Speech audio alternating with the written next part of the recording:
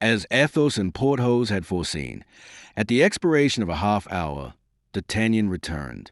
He had again missed his man, who had disappeared as if by enchantment. D'Artagnan had run, sword in hand, through all the neighboring streets, but had found nobody resembling the man he sought for.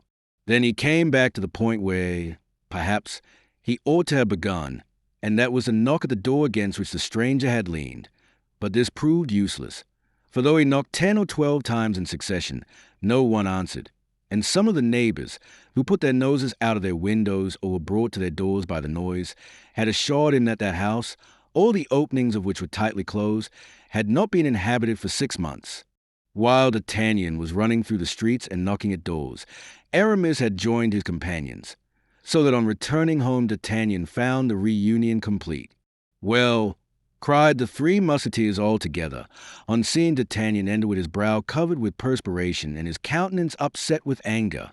"Well," cried he, throwing his sword upon the bed, "this man must be the devil in person. He has disappeared like a phantom, like a shade, like a spectre." "Do you believe in apparitions?" asked Athos of Porthos. "I never believe in anything I have not seen, and as I never have seen apparitions, I don't believe in them." "The Bible," said Aramis, "makes our belief in them a law.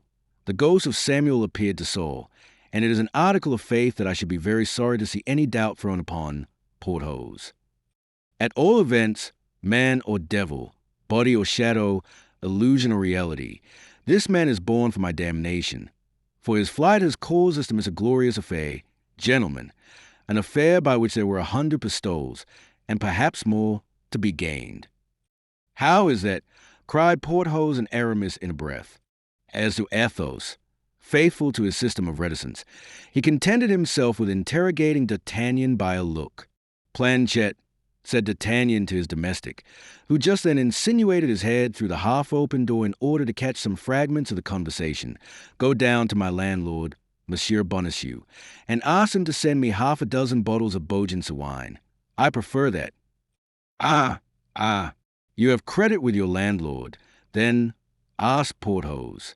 "Yes," replied D'Artagnan, "from this very day.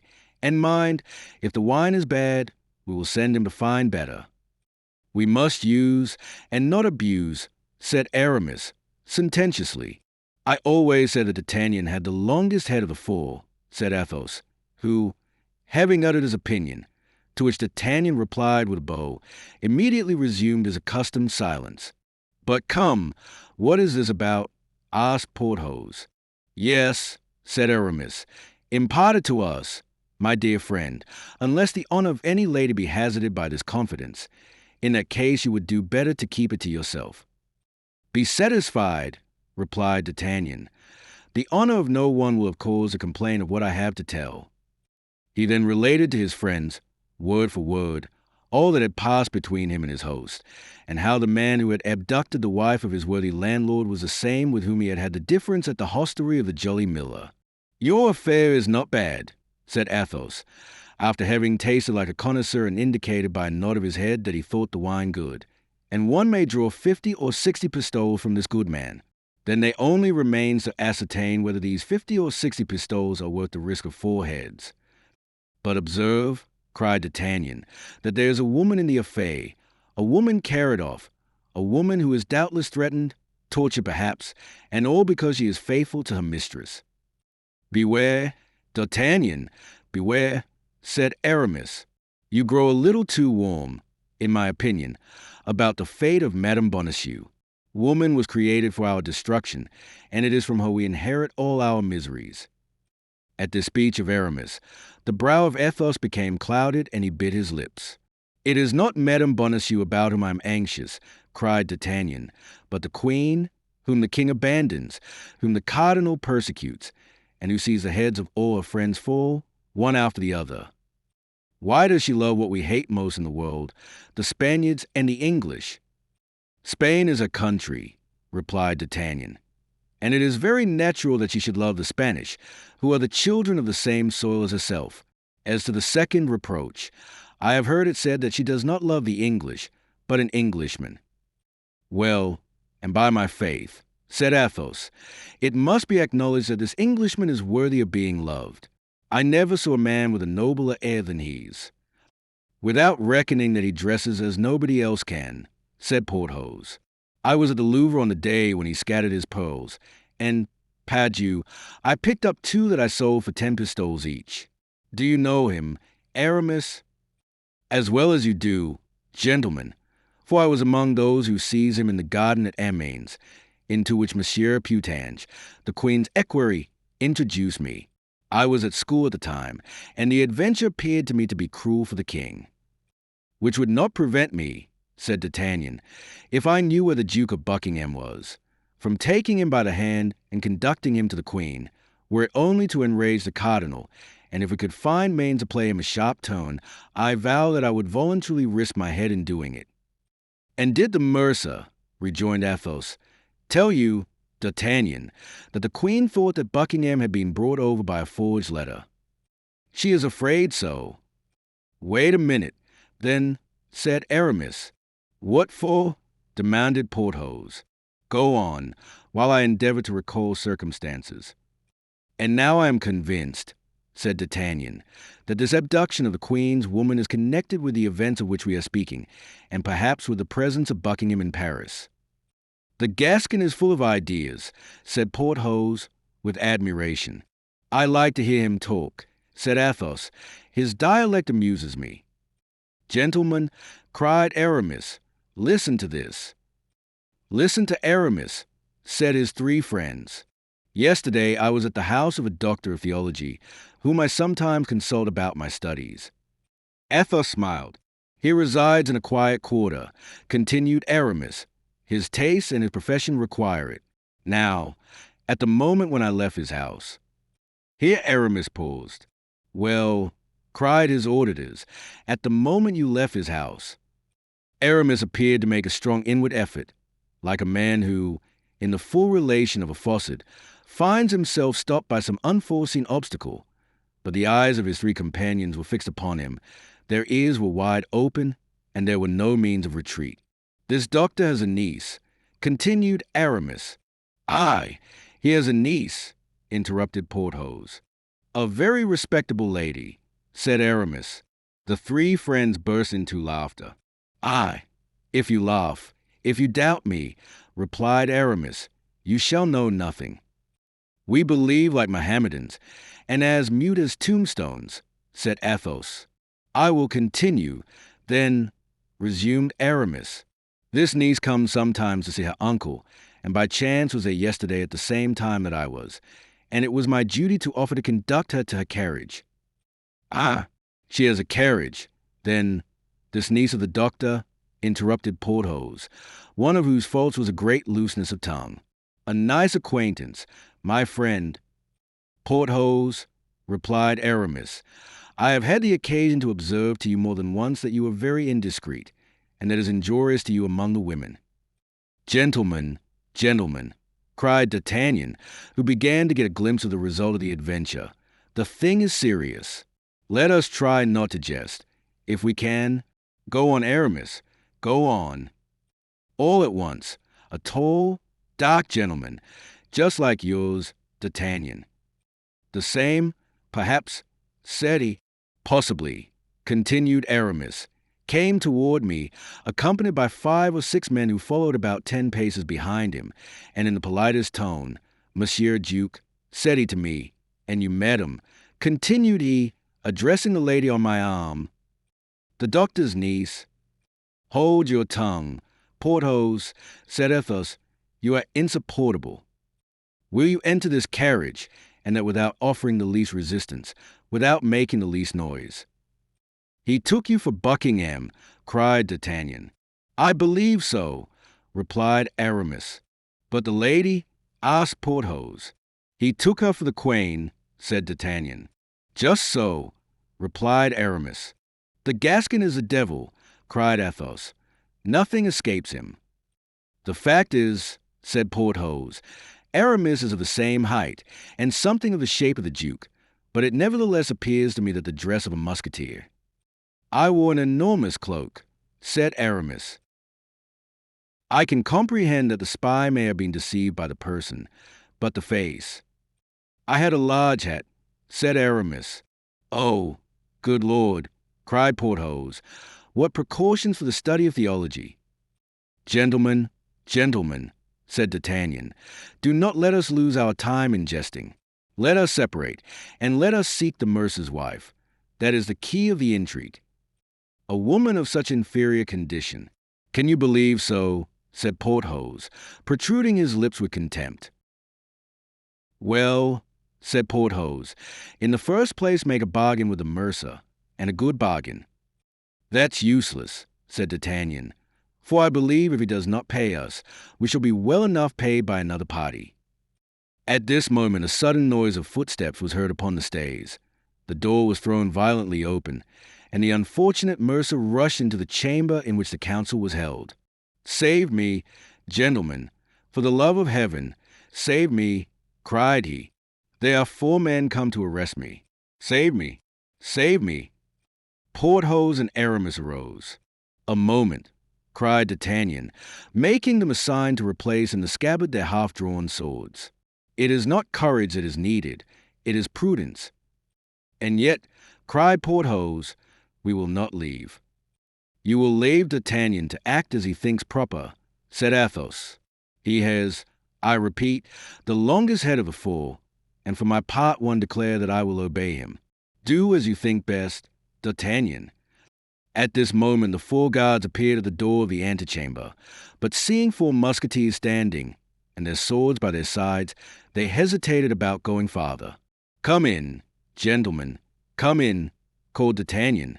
You are here in my apartment, and we are all faithful servants of the king and cardinal.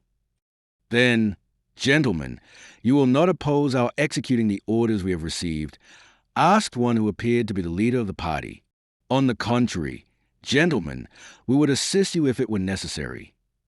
What does he say? Grumbled Porthos. But you promised me, whispered the poor mercer. We can only save you by being free ourselves, replied D'Artagnan in a rapid, low tone, and if we appear inclined to defend you, they will arrest us with you. It seems, nevertheless. Come, gentlemen, come, said D'Artagnan, aloud. I have no motive for defending monsieur. I saw him today for the first time, and he can tell you on what occasion. He came to demand the rent of my lodging. Is that not true, Monsieur Bonacieux? Answer. That is the very truth, cried the mercer, but monsieur does not tell you. Silence. With respect to me, silence. With respect to my friends, silence about the queen, above all, or you will ruin everybody without saving yourself. Come, come, gentlemen, remove the fellow. And D'Artagnan pushed the half-stupefied mercer among the guards, saying to him, You are a shabby old fellow, my dear. You come to demand money of me, of a musketeer, to prison with him. Gentlemen, once more, take him to prison, and keep him under key as long as possible. That will give me time to pay him. May I not drink to your health, and you to mine, said D'Artagnan, filling 2 glasses with a Beaugency wine which he had obtained from the liberality of M. Bonacieux. That will do me great honor, said the leader of the posse, and I accept thankfully. Then to yours, monsieur, what is your name? Boisrenard. Monsieur Boisrenard. D'Artagnan. To yours, monsieur. And above all others, cried D'Artagnan, as if carried away by his enthusiasm, to that of the king and the cardinal. The leader of the posse would perhaps have doubted the sincerity of D'Artagnan if the wine had been bad, but the wine was good, and he was convinced. What diabolical villainy you have performed here, said Porthos, when the officer had rejoined his companions and the 4 friends found themselves alone. Shame, shame, for 4 musketeers to allow an unfortunate fellow who cried for help to be arrested in their midst, and a gentleman to hobnob with a bailiff. Porthos, said Aramis, Athos has already told you that you are a simpleton, and I am quite of his opinion. D'Artagnan, you are a great man, and when you occupy Monsieur de Treville's place, I will come and ask your influence to secure me an abbey. Well, I am in a maze, said Porthos. "Do you approve of what D'Artagnan has done?" "Parbleu, indeed I do," said Athos. "I not only approve of what he has done, but I congratulate him upon it.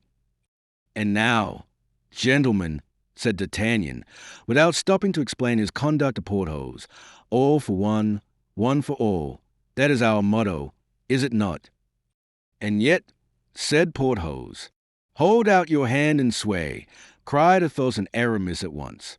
Overcome by example, grumbling to himself, nevertheless, Porthos stretched out his hand, and the four friends repeated with one voice the formula dictated by D'Artagnan.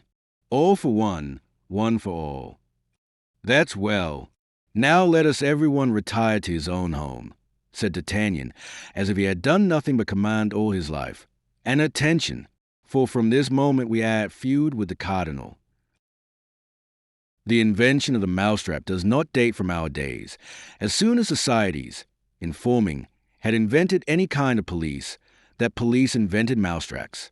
As perhaps our readers are not familiar with the slang of the Rue de Jerusalem, and as it is 15 years since we applied this word for the first time to this thing, allow us to explain to them what is a mousetrap. When in a house, of whatever kind it may be, an individual suspected of any crime is arrested, the arrest is held secret. 4 or 5 men are placed in ambuscade in the first room. The door is open to all who knock. It is closed after them, and they are arrested, so that at the end of 2 or 3 days they have in their power almost all the habitués of the establishment. And that is a mousetrap. The apartment of M. Bonacieux then became a mousetrap, and whoever appeared there was taken and interrogated by the cardinal's people. It must be observed that as a separate passage led to the first floor, in which D'Artagnan lodged, those who called on him were exempted from this detention. Besides, nobody came to but the Three Musketeers. They had all been engaged in earnest search and inquiries, but had discovered nothing. Athos had even gone so far as to question M. de Treville, a thing which, considering the habitual reticence of the worthy musketeer, had very much astonished his captain. But M. de Treville knew nothing, except that the last time he had seen the cardinal, the king, and the queen, the cardinal looked very thoughtful, the king uneasy, and the redness of the queen's eyes denoted that she had been sleepless or tearful. But this last circumstance was not striking, as the queen since her marriage had slept badly and wept much. M. de Treville requested Athos, whatever might happen, to be observant of his duty to the king, but particularly to the queen, begging him to convey his desires to his comrades. As to D'Artagnan, he did not budge from his apartment. He converted his chamber into an observatory. From his windows he saw all the visitors who were caught. Then, having removed a plank from his floor, and nothing remaining but a simple ceiling between him and the room beneath, in which the interrogatories were made, he heard all that passed between the inquisitors and the accused.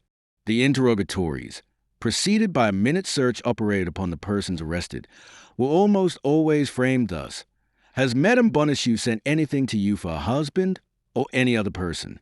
Has Monsieur Bonacieux sent anything to you for his wife or for any other person?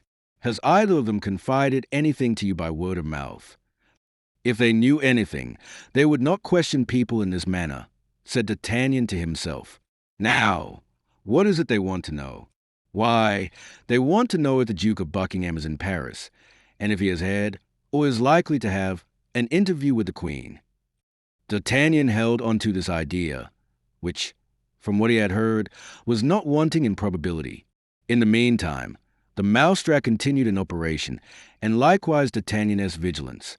On the evening of the day after the arrest of poor Bonacieux, as Athos had just left D'Artagnan to report at M. de Treville's, as 9 o'clock had just struck, and as Planchet, who had not yet made the bed, was beginning his task, a knocking was heard at the street door. The door was instantly opened and shut. Someone was taken in the mousetrap. D'Artagnan flew to his hole, laid himself down on the floor at full length, and listened. Cries were soon heard, and then moans, which someone appeared to be endeavoring to stifle. There were no questions. "The devil," said D'Artagnan to himself. "It seems like a woman. They search her. She resists. They use force. The scoundrels." In spite of his prudence, D'Artagnan restrained himself with great difficulty from taking a part in the scene that was going on below. But I tell you that I am the mistress of the house, gentlemen. I tell you I am Madame Bonacieux. I tell you I belong to the queen, cried the unfortunate woman. Madame Bonacieux, murmured D'Artagnan. Can I be so lucky as to find what everybody is seeking for?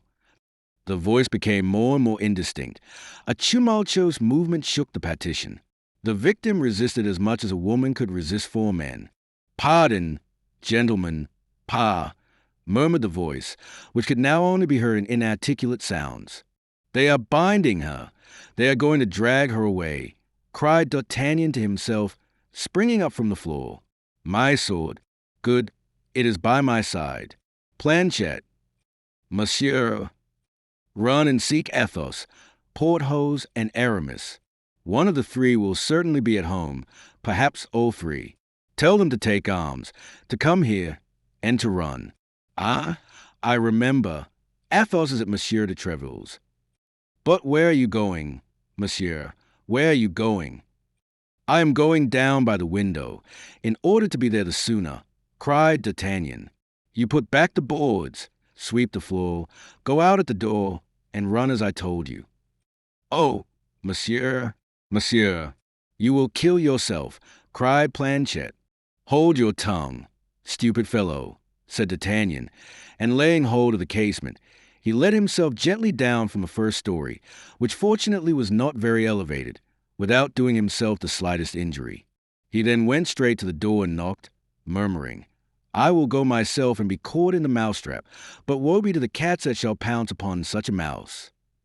The knocker had scarcely sounded under the hand of the young man before the tumult ceased. Steps approached, the door was opened, and D'Artagnan, sword in hand, rushed into the rooms of M. Bonacieux, the door of which, doubtless acted upon by a spring, closed after him.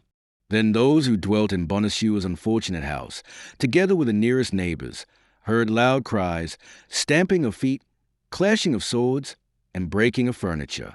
A moment after, those who, surprised by this tumult, had gone to their windows to learn the cause of it, saw the door open, and four men, clothed in black, not come out of it, but fly, like so many frightened crows, leaving on the ground and on the corners of the furniture feathers from their wings, that is to say, patches of their clothes and fragments of their cloaks. D'Artagnan was conqueror, without much effort, it must be confessed, for only one of the officers was armed, and even he defended himself for form's sake. It is true that the three others had endeavored to knock the young man down with chairs, stools, and crockery, but 2 or 3 scratches made by the Gascon's blade terrified them. 10 minutes sufficed for their defeat, and D'Artagnan remained master of the field of battle. The neighbors who had opened their windows, with the coolness peculiar to the inhabitants of Paris in these times of perpetual riots and disturbances, closed them again as soon as they saw the 4 men in black flay, their instinct telling them that for the time all was over. Besides, it began to grow late, and then, as the day, people went to bed early in the quarter of the Luxembourg. On being left alone with Milady Bonacieux, D'Artagnan turned toward her. The poor woman reclined where she had been left, half fainting upon an armchair. D'Artagnan examined her with a rapid glance. She was a charming woman of 25 or 26 years, with dark hair, blue eyes, and a nose slightly turned up, admirable teeth, and a complexion marbled with rose and opal. They, however, ended the signs which might have confounded her with a lady of rank. The hands were white, but without delicacy. The feet did not bespeak the woman of quality. Happily, D'Artagnan was not yet acquainted with such niceties. While D'Artagnan was examining Milady Bonacieux, and was, as we have said, close to her, he saw on the ground a fine cambric handkerchief, which he picked up, as was his habit, and at the corner of which he recognized the same cipher he had seen on the handkerchief, which had nearly caused him and Aramis to cut each other's throat. From that time, D'Artagnan had been cautious with respect to handkerchiefs with arms on them, and he therefore placed in the pocket of Milady Bonacieux the one he had just picked up. At that moment, Milady Bonacieux recovered her senses. She opened her eyes, looked around her with terror, so that the apartment was empty and that she was alone with her liberator. She extended her hands to him with a smile. Milady Bonacieux had the sweetest smile in the world. "I, monsieur," said she, "you have saved me. Permit me to thank you." "Madam," said D'Artagnan. "I have only done what every gentleman would have done in my place. You owe me no thanks." "Oh, yes, monsieur. Oh, yes. And I hope to prove to you that you have not served an ingrate. But what could these men, whom I at first took for robbers, want with me, and why is Monsieur Bonacieux not here?" "Madam, those men were more dangerous than any robbers could have been, for they are the agents of the cardinal. And as to your husband, Monsieur Bonacieux, he is not here because he was yesterday evening conducted to the Bastille." "My husband in the Bastille!" cried Enemy Bonacieux. "Oh, my God! What has he done? Poor dear man, he is innocence itself." And something like a faint smile lighted the still terrified features of the young woman. "What has he done, madam?" said D'Artagnan. "I believe that his only crime is to have at the same time the good fortune and the misfortune to be your husband. But, monsieur, you know then." "I know that you have been abducted, madam." "And by whom? Do you know him?" "Oh, if you know him, tell me." "By a man of from 40 to 45 years, with black hair, a dark complexion, and a scar on his left temple." That is he. But his name?" His name? I do not know that." "And did my husband know I had been carried off?" "He was informed of it by a letter written to him by the abductor himself." "And does he suspect," said Enemy Bonacieux, with some embarrassment, "the cause of this event?" "He attributed it, I believe, to a political cause." "I doubted from the first, and now I think entirely as he does." "Then my dear Monsieur Bonacieux has not suspected me a single instant."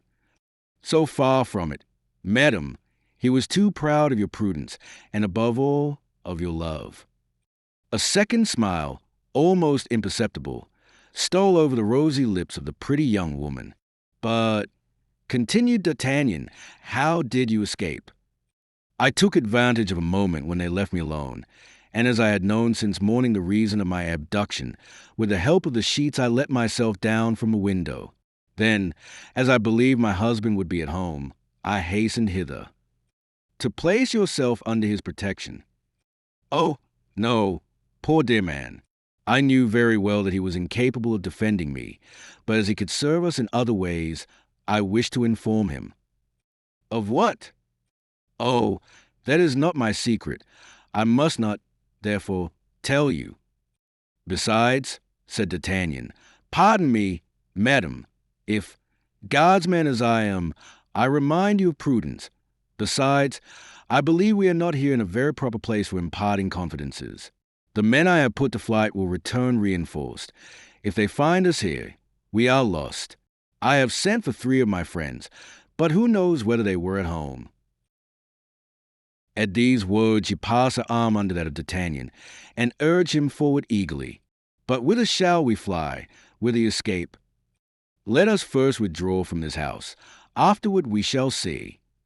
The young woman and the young man, without taking the trouble to shut the door after them, descended the Rue des Fosses rapidly, turned into the Rue des Fosses, Monsieur le Prince, and did not stop till they came to the Place Saint-Sulpice.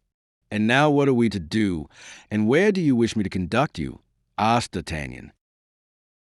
"But I," said D'Artagnan, "can go and inform Monsieur Laporte." "No doubt you could. Only there is one misfortune, and that is that Monsieur Bonacieux is known at the Louvre, and would be allowed to pass, whereas you are not known there, and the gate will be closed against you." "Ah, bow," said D'Artagnan. "You have some wicked of the Louvre concierge who is devoted to you, and who, thanks to a password, would—" Enemy Bonacieux looked earnestly at the young man. "And if I give you this password," said she, "would you forget it as soon as you used it?" "By my honor, by the faith of a gentleman," said D'Artagnan, with an accent so truthful that no one could mistake it. "I will do, without a promise involuntarily, all that I can do to serve the king and be agreeable to the queen. Dispose of me, then, as a friend. But where shall I go meanwhile? Is there nobody from whose house Monsieur Laporte can come and fetch you?" "No, I can trust nobody." "Stop," said D'Artagnan. "We are near Athos's door. Yes, here it is." Who is this Athos? One of my friends. But if he should be at home and see me. He is not at home, and I will carry away the key after having placed you in his apartment. But if he should return. Oh, he won't return, and if he should, he will be told that I have brought a woman with me, and that woman is in his apartment. But that will compromise me sadly, you know. Of what consequence? Nobody knows you. Besides, we are in a situation to overlook ceremony. Come, then, let us go to your friend's house. Where does he live? Rue for rue, 2 steps from here. Let us go. Both resumed their way. As D'Artagnan had foreseen, Athos was not within. He took the key, which was customarily given him as one of the family, ascended the stairs, and introduced Aramis Bonacieux into the little apartment of which we have given a description. "You are at home," said he. "Remain here. Fasten the door inside, and open it to nobody unless you hear 3 taps like this." And he tapped thrice, 2 taps close together and pretty hard, the other after an interval, and lighter. "That is well," said Aramis Bonacieux. "Now, in my tone, let me give you my instructions. I am all attention. Present yourself at the wicket of the Louvre, on the side of the Rue de Elchel, and ask for Germain.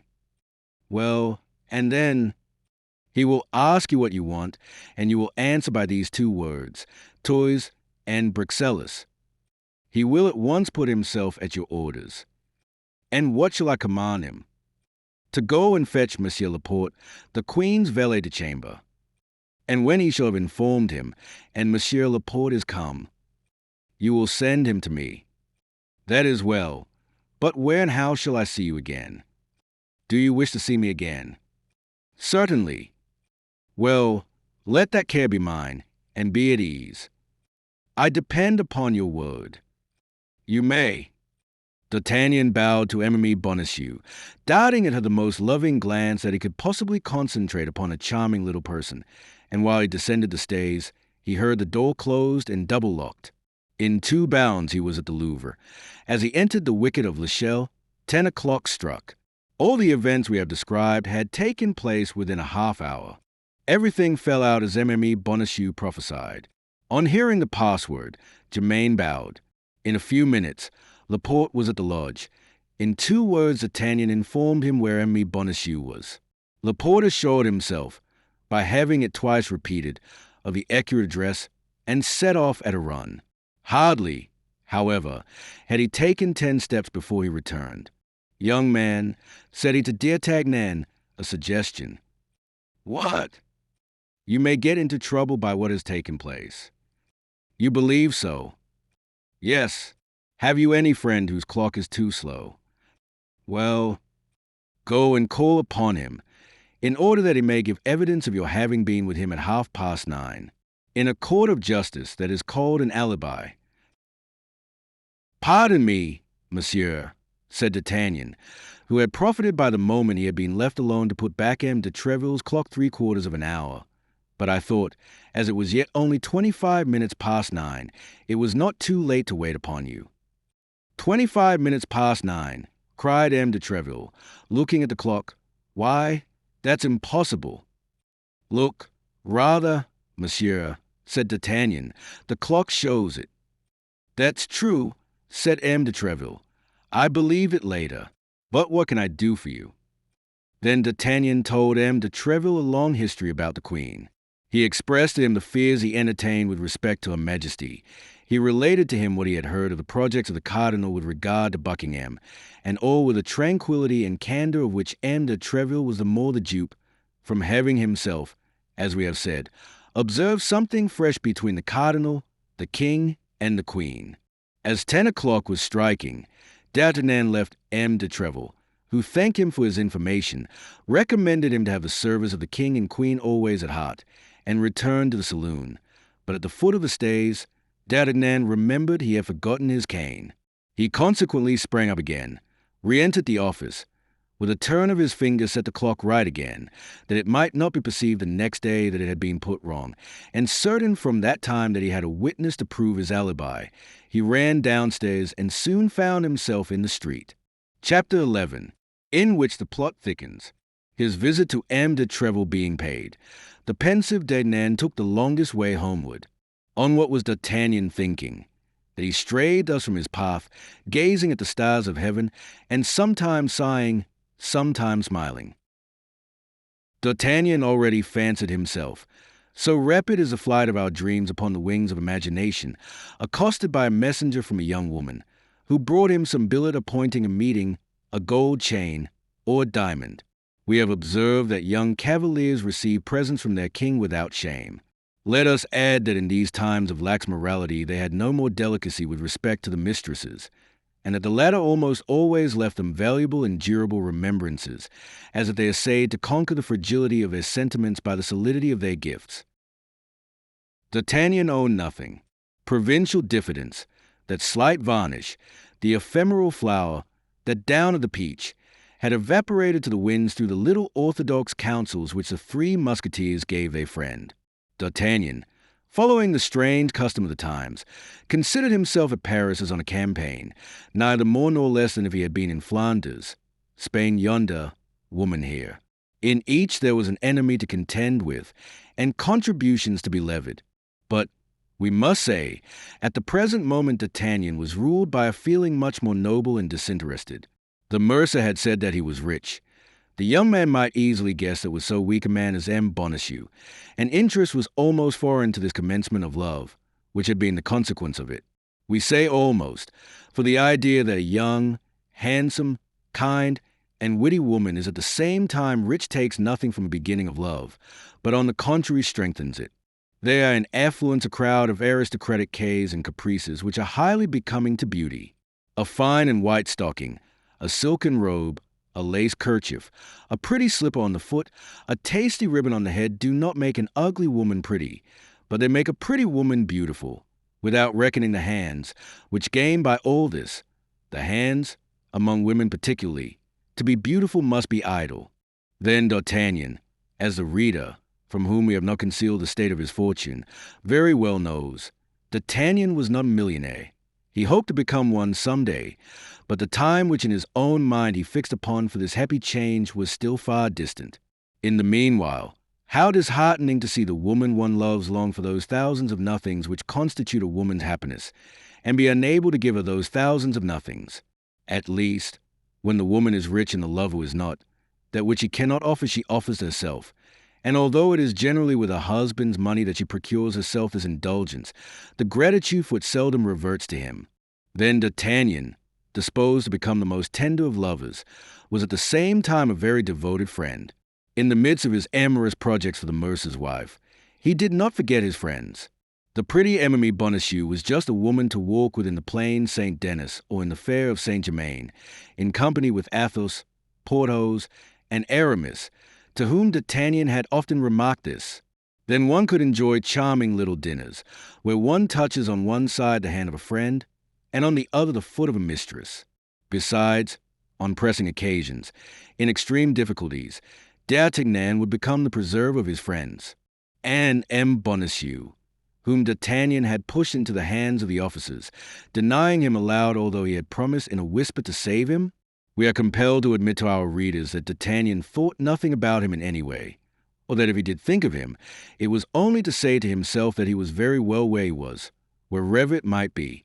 Love is the most selfish of all the passions. Let our readers reassure themselves. If D'Artagnan forgets his host, or appears to forget him, under the pretense of not knowing where he is being carried, we will not forget him, and we know where he is. But for the moment, let us do as did the amorous Gascon. We will see after the worthy mercer later. D'Artagnan, reflecting on his future amours, addressing himself to the beautiful night, and smiling at the stars, ascended the Rue Cherish Midi, or Chase Midi, as it was then called. As he found himself in the quarter in which Aramis lived, he took it into his head to pay his friend a visit in order to explain the motives which had led him to send Planchet with a request that he would come instantly to the mousetrap. Now, if Aramis had been at home when Planchet came to his abode, he had doubtless hastened to the Rue des Farcieres, and finding nobody there but his other two companions perhaps, they would not be able to conceive what all this meant. This mystery required an explanation, at least, So D'Artagnan declared to himself. He likewise thought this was an opportunity for talking about pretty little Emily Bonacieux, of whom his head, if not his heart, was already full. We must never look for discretion in first love. First love is accompanied by such excessive joy that unless the joy be allowed to overflow, it will stifle you. Paris for 2 hours past had been dark and seemed a desert. 11 o'clock sounded from all the clocks of the Faubourg Saint-Germain. It was delightful weather. D'Artagnan was passing along a lane on the spot where the Rue d'Asses is now situated, breathing the balmy emanations which were borne upon the wind from the Rue de Vaugirard, and which arose from the gardens refreshed by the dews of evening and the breeze of night. From a distance resounded, deadened, however, by good shutters, the songs of the tipplers, enjoying themselves in the cabarets scattered along the plain. Arrived at the end of the lane, D'Artagnan turned to the left. The house in which Aramis dwelt was situated between the Rue Cassette and the Rue Savandini.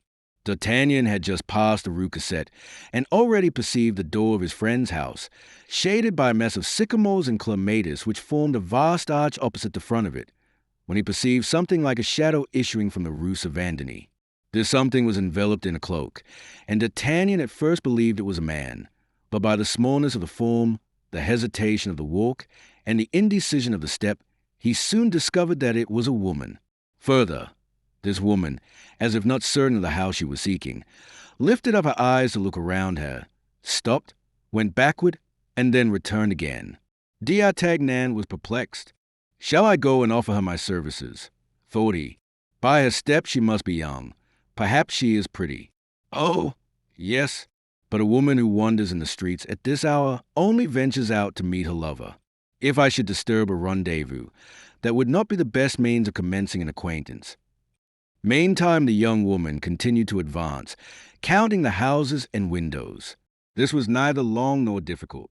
There were but 3 hotels in this part of the street, and only 2 windows looking toward the road, one of which was in a pavilion parallel to that which Aramis occupied, the other belonging to Aramis himself. "Pardieu," said D'Artagnan to himself, to whose mind the niece of the theologian reverted. "Pardieu, it would be droll if this belated dove should be in search of our friend's house. But on my soul, it looks so. Ah, my dear Aramis, this time I shall find you out." And D'Artagnan, making himself as small as he could, concealed himself in the darkest side of the street near a stone bench placed at the back of a niche. The young woman continued to advance, and in addition to the lightness of her step, which had betrayed her, she emitted a little cough which denoted a sweet voice.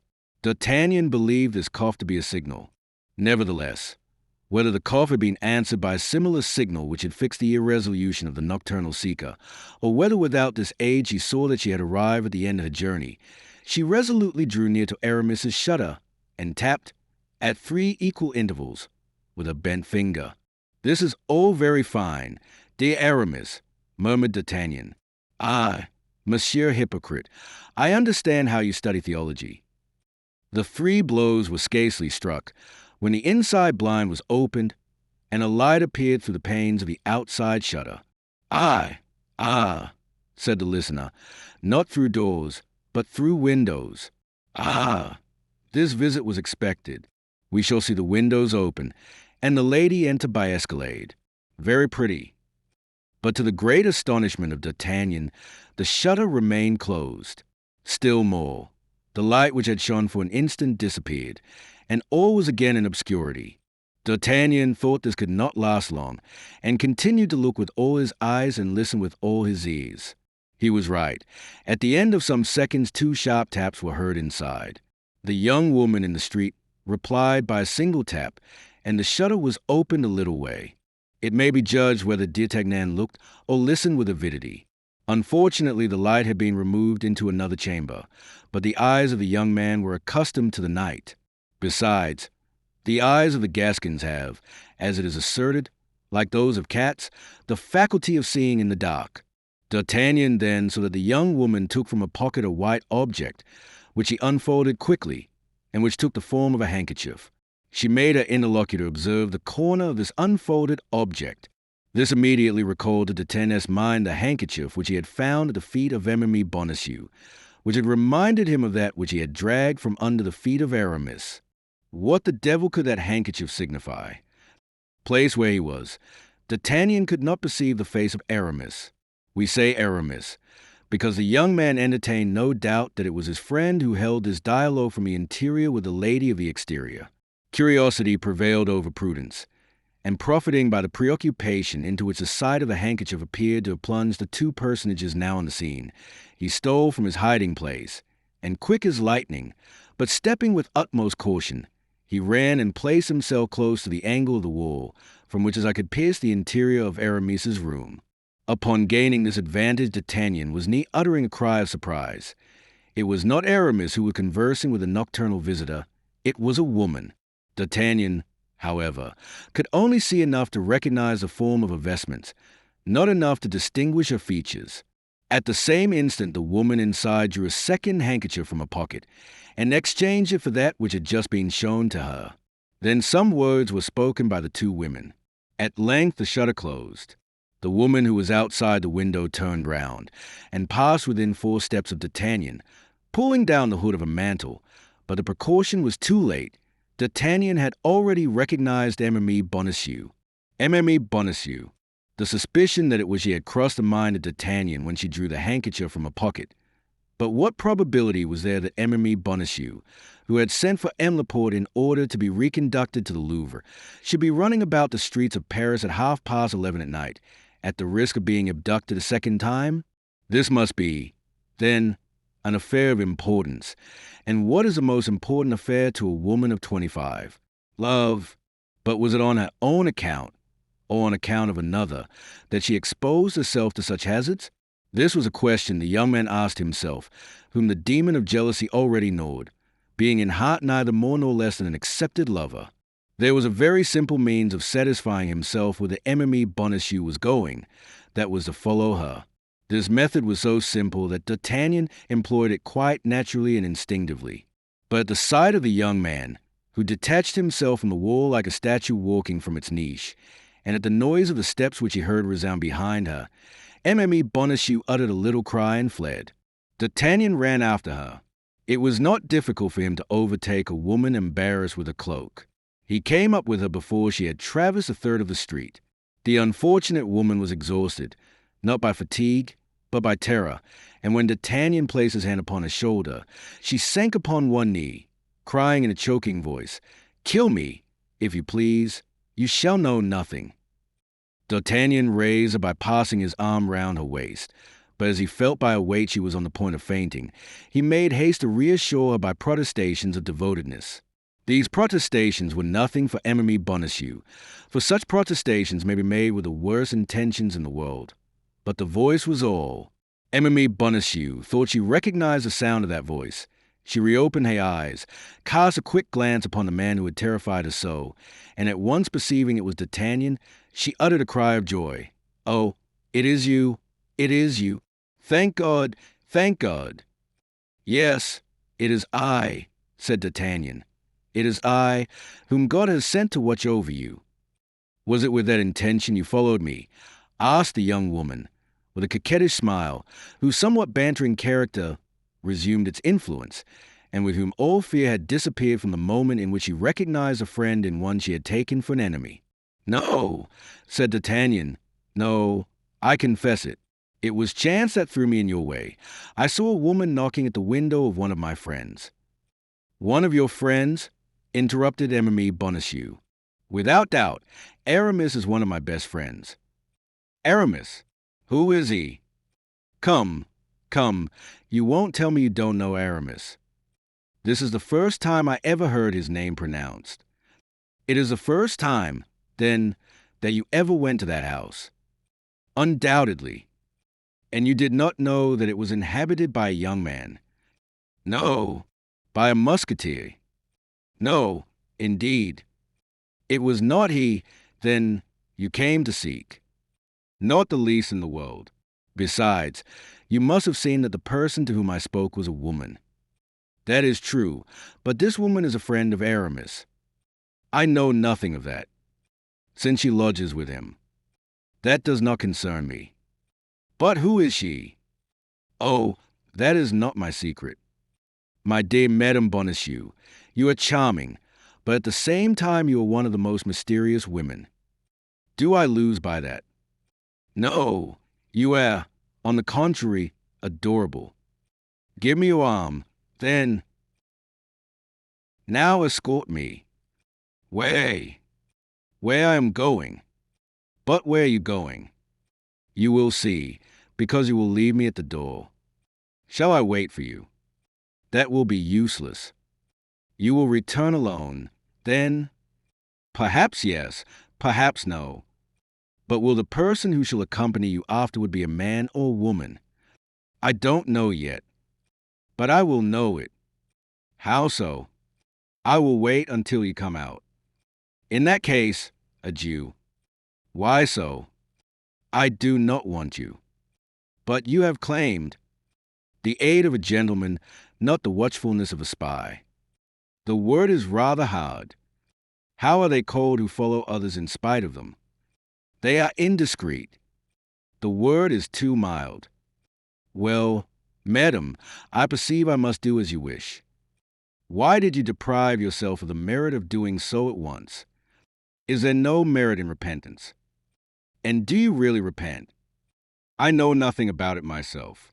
But what I know is that I promise to do all you wish if you allow me to accompany you where you are going. And you will leave me then? Yes. Without waiting for my coming out again? Yes. Word of honor. By the faith of a gentleman. Take my arm and let us go. D'Artagnan offered his arm to Emily Bonacieux, who willingly took it, half laughing, half trembling, and both gained the top of Rue de la Harpe. Arriving there, the young woman seemed to hesitate, as she had before done in the Rue Vaugirard. She seemed, however, by certain signs, to recognize a door, and approaching that door. And now, monsieur, said she, it is here I have business. 1,000 thanks for your honorable company, which has saved me from all the dangers to which, alone, I was exposed. But the moment has come to keep your word. I have reached my destination, and you will have nothing to fear on your return. I shall have nothing to fear but robbers. And that is nothing. What could they take from me? I have not a penny about me. You forget that beautiful handkerchief with the coat of arms, that which I found at your feet and replaced in your pocket. Hold your tongue, imprudent man. Do you wish to destroy me? Yes, replied Emily Bonacieux. Therefore, ask my own secrets, and I will reveal them to you. But those of others, that is quite another thing. Very well, said D'Artagnan. I shall discover them. As these secrets may have an influence over your life, these secrets must become mine. Beware of what you do, cried the young woman, in a manner so serious as to make D'Artagnan start in spite of himself. Oh, meddle in nothing which concerns me. Do not seek to assist me in that which I am accomplishing. This I ask of you in the name of the interest with which I inspire you, in the name of the service you have rendered me and which I never shall forget while I have life. Rather, place faith in what I tell you. Have no more concern about me. I exist no longer for you, any more than if you had never seen me. Must Aramis do as much as I, madam, said D'Artagnan, deeply piqued. This is the second or third time, monsieur, that you have repeated that name, and yet I have told you that I do not know him. You do not know the man at whose shutter you have just knocked? Indeed, madam, you believe me too credulous. Confess that it is for the sake of making me talk that you invent this story and create this personage. I invent nothing, madam, I create nothing. I only speak that exact truth. And you say that one of your friends lives in that house. I say so, and I repeat it for the third time. That house is one inhabited by my friend, and that friend is Aramis. All this will be cleared up at a later period, murmured the young woman. No, monsieur, be silent. If you could see my heart, said D'Artagnan, you would there read so much curiosity that you would pity me, and so much love that you would instantly satisfy my curiosity. We have nothing to fear from those who love us. You speak very suddenly of love, monsieur, said the young woman, shaking her head. That is because love has come suddenly upon me, and for the first time, and because I am only 20. The young woman looked at him furtively.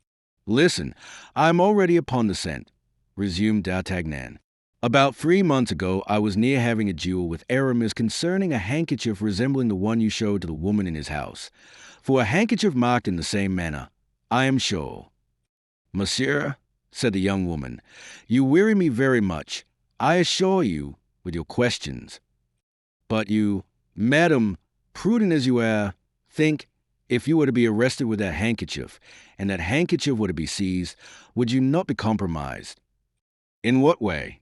The initials are only mine, C.B., Constance Bonacieux, or Camille de Bois Tracy. Me? Yes.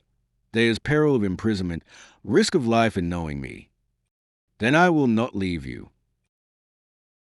Madam, said the young man, bowing, I can refuse nothing asked of me thus. Be content, I will depart. But you will not follow me, you will not watch me. I will return home instantly. Ah, I was quite sure you were a good and brave young man, said Emily Bonacieux, holding out her hand to him, and placing the other upon the knocker of a little door almost hidden in the wall. D'Artagnan seized the hand held out to him, and kissed it ardently. Ah, I wish I had never seen you, cried D'Artagnan, with that ingenuous roughness which women often prefer to the affectations of politeness, because it betrays the depths of the thought and proves that feeling prevails over reason. Well, resumed Emily Bonacieux, in a voice almost caressing, and pressing the hand of D'Artagnan, who had not relinquished hers. Well, I will not say as much as you do. What is lost for today may not be lost forever. Who knows, when I shall be at liberty, that I may not satisfy your curiosity. And will you make the same promise to my love? Cried D'Artagnan, beside himself with joy. Oh, as to that, I do not engage myself. That depends upon the sentiments with which you may inspire me. Then today, madam. Oh, today, I am no further than gratitude.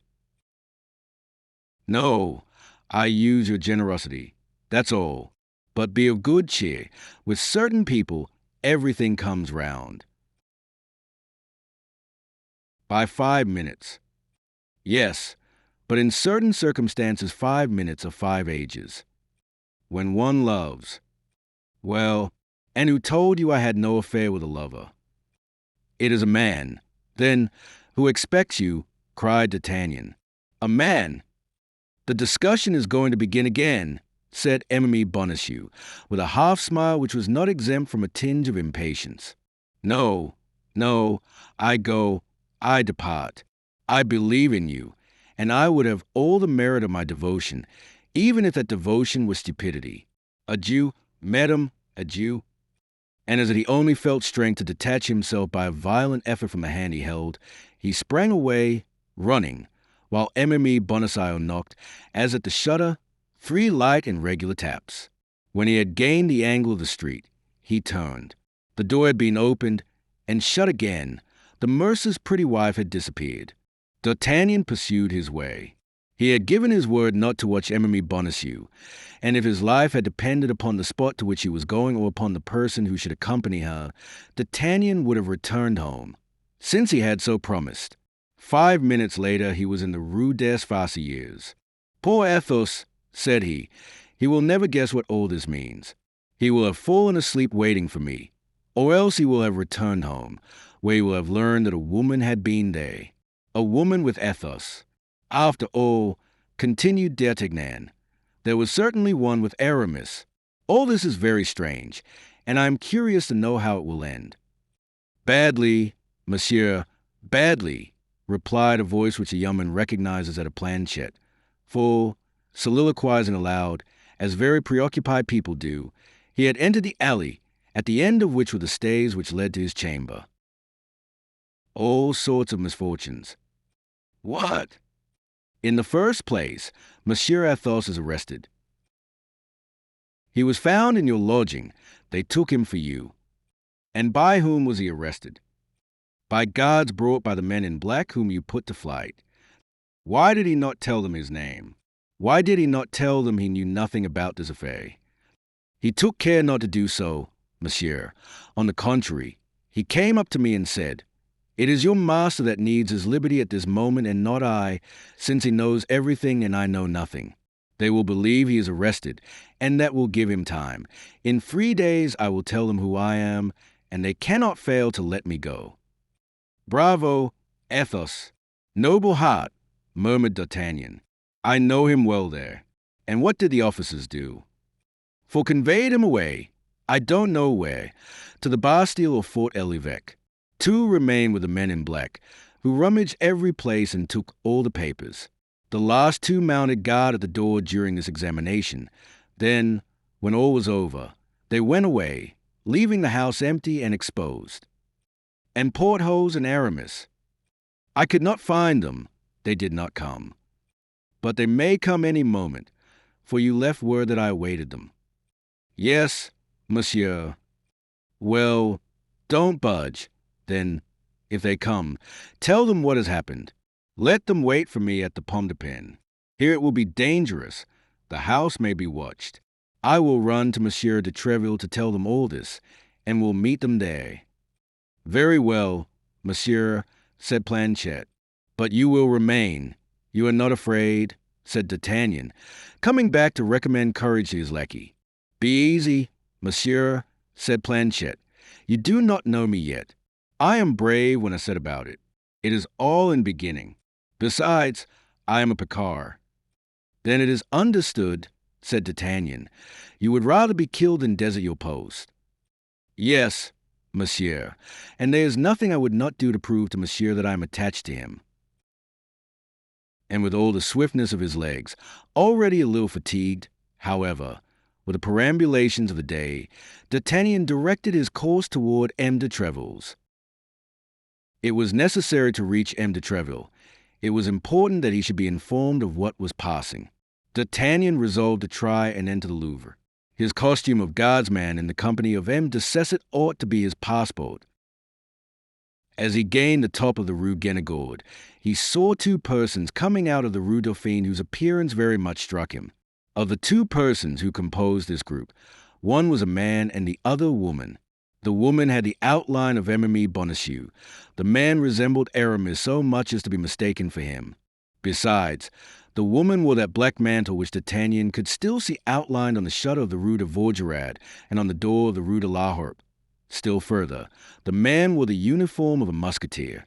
The woman's hood was pulled down, and the man held a handkerchief to his face. Both, as this double precaution indicated, had an interest in not being recognized. They took the bridge. That was D'Artagnan's road, as he was going to the Louvre. D'Artagnan followed them. He had not gone 20 steps before he became convinced that the woman was really Aimée Bonacieux, and that the man was Aramis. He felt at that instant all the suspicions of jealousy agitating his heart. He felt himself doubly betrayed, by his friend and by her whom he already loved like a mistress.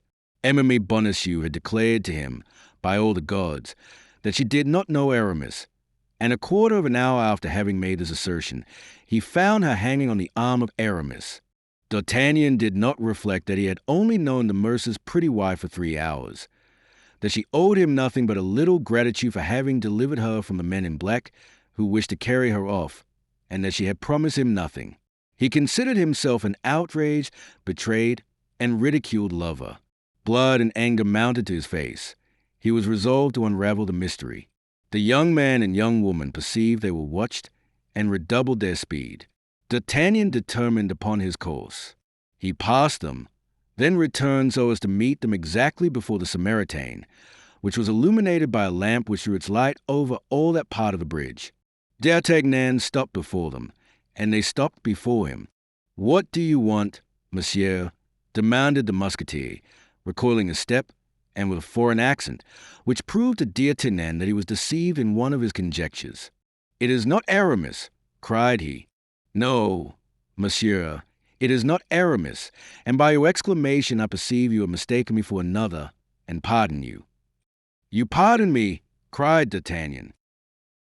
"You are right, monsieur. It is not with you that I have anything to do. It is with Madame." "With Madame? You do not know her," replied the stranger. "You are deceived, monsieur. I know her very well." "Ah," said Enemy Bonacieux, in a tone of reproach. "Ah, monsieur, I had your promise as a soldier and your word as a gentleman. I hope to be able to rely upon that." "And I, madam," said D'Artagnan, embarrassed, "you promise me." "Take my arm, madam," said the stranger, "and let us continue our way." D'Artagnan, however, stupefied, cast down, annihilated by all that happened, stood, with crossed arms, before the musketeer and Enemy Bonacieux. The musketeer advanced 2 steps, and pushed D'Artagnan aside with his hand. D'Artagnan made a spring backward and drew his sword. At the same time, and with the rapidity of lightning, the stranger drew his.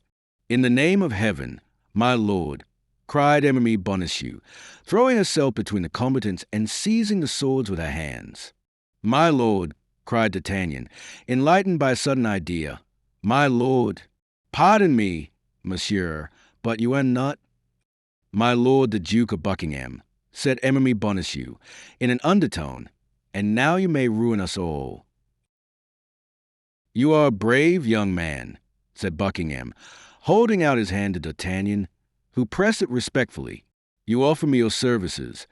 With the same frankness I accept them. Follow us at a distance of 20 paces, as far as the Louvre, and if anyone watches us, slay him." D'Artagnan placed his naked sword under his arm, allowed the Duke and Enemy Bonacieux to take 20 steps ahead, and then followed them, ready to execute the instructions of the noble and elegant minister of Charles I. Fortunately, he had no opportunity to give a duke this proof of his devotion, and the young woman and the handsome musketeer entered the Louvre by the wicket of the Echelle without any interference. As for D'Artagnan, he immediately repaired to the cabaret of the Pomme de Pin, where he found Porthos and Aramis awaiting him. Without giving them any explanation of the alarm and inconvenience he had caused them, he told them that he had terminated the affair alone, in which he had for a moment believed he should need their assistance. Meanwhile, carried away as we are by our narrative, we must leave our 3 friends to themselves, and follow the Duke of Buckingham and his guide through the labyrinths of the Louvre. Chapter 12. George Villiers, Duke of Buckingham. Enemy Bonacieux and the Duke entered the Louvre without difficulty.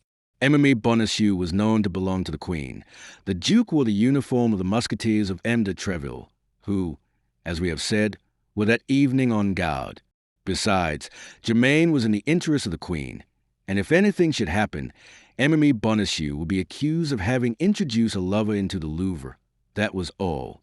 She took the risk upon herself. Her reputation would be lost, it is true, but of what value in the world was the reputation of the little wife of a mercer? Once within the interior of the court, the Duke and the young woman followed the wall for the space of about 25 steps. This space passed, Enemy Bonacieux pushed a little servant's door, open by day but generally closed at night. The door yielded. Both entered, and found themselves in darkness, but Enemy Bonacieux was acquainted with all the turnings and windings of this part of the Louvre, appropriated for the people of the household.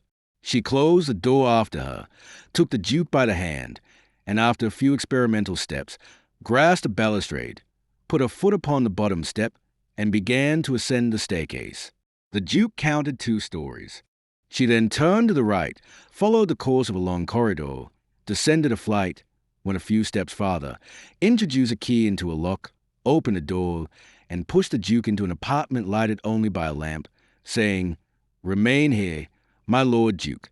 Someone will come." She then went out by the same door, which she locked, so that the Duke found himself literally a prisoner. Nevertheless, isolated as he was, we must say that the Duke of Buckingham did not experience an instant of fear. One of the salient points of his character was the search for adventures and a love of romance. Brave, rash, and enterprising, this was not the first time he had risked his life in such attempts. He had learned that the pretended message from Anne of Austria, upon the faith of which he had come to Paris, was a snare, but instead of regaining England, he had, abusing the position in which he had been placed, declared to the Queen that he would not depart without seeing her. The Queen had at first positively refused, but at length became afraid that the Duke, if exasperated, would commit some folly. She had already decided upon seeing him and urging his immediate departure, when, on the very evening of coming to this decision, Mme Bonacieux, who was charged with going to fetch the Duke and conducting him to the Louvre, was abducted. For 2 days no one knew what had become of her, and everything remained in suspense. But once free, and placed in communication with Laporte, matters resumed their course, and she accomplished a perilous enterprise which, but for her arrest, would have been executed 3 days earlier. Buckingham, left alone, walked toward a mirror. His musketeer's uniform became him marvelously. At 35, which was then his age, he passed, with just title, for the handsomest gentleman and the most elegant cavalier of France or England. The favorite of 2 kings, immensely rich, all-powerful in a kingdom which he disordered at his fancy and calmed again at his caprice, George Villiers, Duke of Buckingham, had lived one of those fabulous existences which survive, in the course of centuries, to astonish posterity. Sure of himself, convinced of his own power, certain that the laws which rule other men could not reach him, he went straight to the object he aimed at, even with this object so elevated and so dazzling that it would have been madness for any other even to have contemplated it. It was thus he had succeeded in approaching several times a beautiful and proud of Austria, and in making himself loved by dazzling her. George Villiers placed himself before the glass, as we have said, restored the undulations to his beautiful hair, which the weight of his head had disordered, twisted his mustache, and, his heart swelling with joy, happy and proud at being near the moment he had so long sighed for, he smiled upon himself with pride and hope. At this moment a door concealed in the tapestry opened, and a woman appeared. Buckingham saw this apparition in the glass. He uttered a cry. It was the Queen, and of Austria was then 26 or 27 years of age. That is to say, she was in the full splendor of her beauty. Her carriage was of a queen or a goddess. Her eyes, which cast a brilliancy of emeralds, were perfectly beautiful, and yet were at the same time full of sweetness and majesty. Her mouth was small and rosy, and although her underlip, like that of all princes of the House of Austria, protruded slightly beyond the other, it was eminently lovely in its smile, but as profoundly disdainful in its contempt. Her skin was admired for its velvety softness. Her hands and arms were of surpassing beauty, all the poets of the time singing them as incomparable. Lastly, her hair, which, from being light in her youth, had become chestnut, and which it will curl very plainly, and with much powder admirably set off her face, in which the most rigid critic could only have desired a little less rouge, and the most fastidious sculptor a little more fineness in the nose. Buckingham remained for a moment dazzled. Never had Anne of Austria appeared to him so beautiful, amid balls, fêtes, or carousals, as she appeared to him at this moment, dressed in a simple robe of white satin, and accompanied by Donna Estefania, the only one of her Spanish women who had not been driven from her by the jealousy of the king or by the persecutions of Richelieu. Anne of Austria took 2 steps forward. Buckingham threw himself at her feet, and before the queen could prevent him, kissed the hem of her robe. Duke, you already know that it is not I who caused you to be ridden to. Yes, yes, madam, yes, your majesty, cried the Duke. I know that I must have been mad, senseless, to believe that snow would become animated or marble warm. But what then? They who love believe easily in love. Besides, I have lost nothing by this journey because I see you. Yes, replied Anne, but you know why and how I see you. Because, insensible to all my sufferings, you persist in remaining in a city where, by remaining, you run the risk of your life, and make me run the risk of my honor. I see you to tell you that everything separates us, the depths of the sea, the enmity of kingdoms, the sanctity of vows. It is sacrilege to struggle against so many things, my lord. In short, I see you to tell you that we must never see each other again. Speak on, madam, speak on, queen, said Buckingham. The sweetness of your voice covers the harshness of your words. You talk of sacrilege. Why, the sacrilege is a separation of 2 hearts formed by God for each other. My lord, cried the queen, you forget that I have never said that I love you. You wore a close ruff, a small cap upon your head of the same color as your robe, and in that cap a heron's feather. Hold, hold, I shut my eyes, and I can see you as you then were. I open them again, and I see what you are now, 100 times more beautiful. What folly, murmured Anne of Austria, who had not the courage to find fault with the Duke for having so well preserved her portrait in his heart. What folly to feed a useless passion with such remembrances. Duke, said the Queen, blushing, never speak of that evening. Take my wealth, my fortune, my glory, all the days I have to live, for such an instant, for a night like that. For that night, madam, that night you loved me, I will swear it. My lord, yes, it is possible that the influence of the place, the charm of the beautiful evening, the fascination of your look, the thousand circumstances, in short, which sometimes unite to destroy a woman, were grouped around me on that fatal evening. But, my lord, you saw the Queen come to the aid of the woman who faltered. At the first word you deigned to utter, at the first freedom to which I had to reply, I called for help. Yes, but calumny seized upon all those follies in which I took no part, as you well know, my lord. The king, excited by the cardinal, made a terrible clamor. Madame de Vernet was driven from me. Putange was exiled. Madame de Chevreuse fell into disgrace.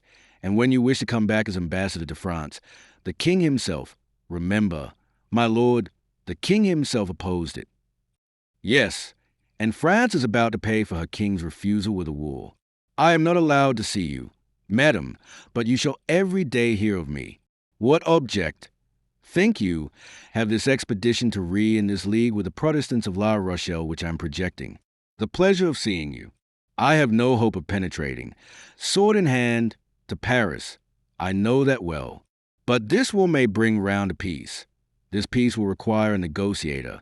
That negotiator will be me. They will not dare to refuse me then, and I will return to Paris, and will see you again, and will be happy for an instant. Thousands of men, it is true, will have to pay for my happiness with their lives. But what is that to me, provided I see you again? All this is perhaps folly, perhaps insanity, but tell me what woman has a lover more truly in love, what queen a servant more ardent? My lord, you invoke in your defense things which accuse you more strongly. All these proofs of love which you would give me are almost crimes. Because you do not love me, madam, if you loved me, you would view all this otherwise. If you loved me, oh, if you loved me, that would be too great happiness, and I should run mad. Ah, Madame de Chevreuse was less cruel than you. Holland loved her, and she responded to his love. Madame de Chevreuse was not queen, murmured Anne of Austria, overcome, in spite of herself, by the expression of so profound a passion. You would love me, then, if you were not queen. Madam, say that you would love me then. I can believe that it is the dignity of your rank alone which makes you cruel to me.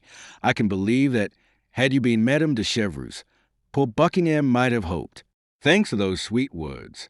Oh, my beautiful sovereign, 100 times, thanks. Oh, my lord, you have understood, wrongly interpreted. I did not mean to say. Oh, my God, cried Anne of Austria, with an accent of terror which proved how much greater an interest she took in the Duke than she ventured to tell. I do not tell you this, madam, to terrify you. No, it is even ridiculous of me to name it to you, and, believe me, I take no heed of such dreams. But the words you have just spoken, the hope you have almost given me, will have richly paid all, were it my life. Oh, but I said, and I also, Duke, have had presentiments. I also have had dreams. I dreamed that I saw you lying bleeding, wounded. In the left side, was it not, and with a knife, interrupted Buckingham. Yes, it was so, my lord, it was so, in the left side, and with a knife. Who can possibly have told you I had had that dream? I have imparted it to no one but my God, and that in my prayers. I ask for no more. You love me, madam, it is enough. I love you, Yes, yes. Would God send the same dreams to you as to me if you did not love me? Should we have the same presentiments if our existences did not touch at the heart? You love me, my beautiful queen, and you will weep for me. "Oh, my God," cried Anne of Austria. "This is more than I can bear. In the name of heaven, Duke, leave me. Go. I do not know whether I love you or love you not. But what I know is that I will not be perjured. Take pity on me, then, and go. Oh, if you are struck in France, if you die in France, if I could imagine that your love for me was the cause of your death, I could not console myself. I should run mad. Depart then, depart, I implore you. Oh, how beautiful you are thus. Oh, how I love you, said Buckingham. Go, go, I implore you, and return hereafter. Come back as ambassador. Come back as minister. Come back surrounded with guards who will defend you, with servants who will watch over you, and then I shall no longer fear for your days, and I shall be happy in seeing you. Oh, is this true what you say? Yes. Oh, then, some pledge of your indulgence, some object which came from you, and may remind me that I have not been dreaming, something you have worn, and that I may wear in my turn, a ring, a necklace, a chain. Will you depart? Will you depart, if I give you that you demand? Yes. This very instant? Yes. You will leave France. You will return to England. I will, I swear to you. Wait, then, wait. Anne of Austria re-entered her apartment, and came out again almost immediately, holding a rosewood casket in her hand, with a cipher encrusted with gold. Here, my lord, here, said she, keep this in memory of me. Buckingham took the casket, and fell a second time on his knees. You have promised me to go, said the queen, and I keep my word. Your hand, madam, your hand, and I depart. Anne of Austria stretched forth a hand, closing her eyes, and leaning with the other upon Estefania, for she felt that her strength was about to fail her. Buckingham pressed his lips passionately to that beautiful hand, and then rising, said, Within 6 months, if I am not dead, I shall have seen you again, madam, even if I have to overturn the world. And faithful to the promise he had made, he rushed out of the apartment. In the corridor he met Emily Bonacieux, who waited for him, and who, with the same precautions and the same good luck, conducted him out of the Louvre. Chapter 13. Monsieur Bonacieux. There was in all this, as may have been observed, one personage concerned, of whom, notwithstanding his precarious position, we have appeared to take but very little notice. This personage was M. Bonacieux, the respectable martyr of the political and amorous intrigues which entangled themselves so nicely together at this gallant and chivalric period. Fortunately, the reader may remember, or may not remember, fortunately we have promised not to lose sight of him. The officers who arrested him conducted him straight to the Bastille, where he passed trembling before a party of soldiers who were loading their muskets. Thence, introduced into a half-subterranean gallery, he became, on the part of those who had brought him, the object of the grossest insults and the harshest treatment. The officers perceived that they had not to deal with a gentleman, and they treated him like a very peasant. At the end of half an hour or thereabouts, a clerk came to put an end to his tortures, but not to his anxiety, by giving the order to conduct M. Bonacieux to the chamber of examination. Ordinarily, prisoners were interrogated in their cells, but they did not do so with M. Bonacieux. 2 guards attended the mercer who made him traverse a court and enter a corridor in which were 3 sentinels, opened the door and pushed him unceremoniously into a low room, where the only furniture was a table, a chair, and a commissary. The commissary was seated in the chair, and was writing at the table.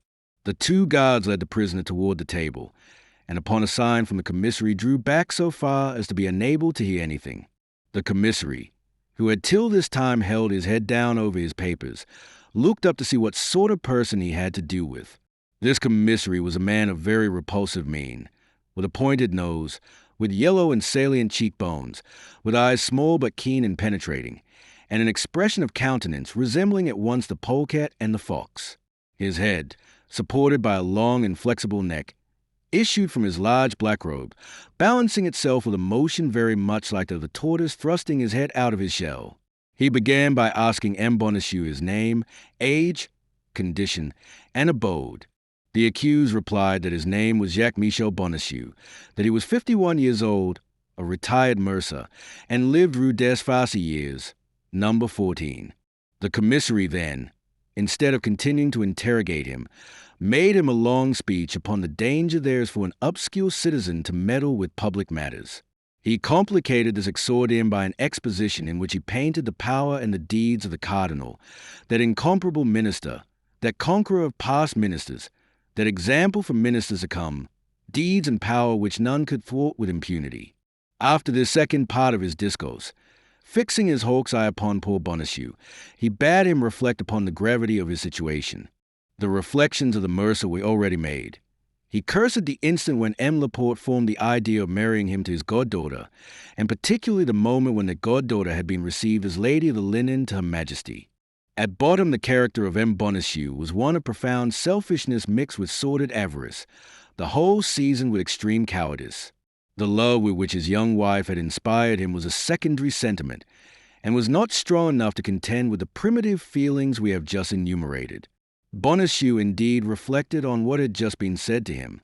But, Monsieur Commissary, said he, calmly, believe that I know and appreciate, more than anybody, the merit of the incomparable eminence by whom we have the honor to be governed. Indeed, asked the commissary, with an air of doubt, if that is really so, how came you in the Bastille? How I came there, or rather why I am there, replied Bonacieux. That is entirely impossible for me to tell you, because I don't know myself, but to a certainty it is not for having, knowingly at least, disobliged Monsieur the Cardinal. You must, nevertheless, have committed a crime, since you are here and are accused of high treason.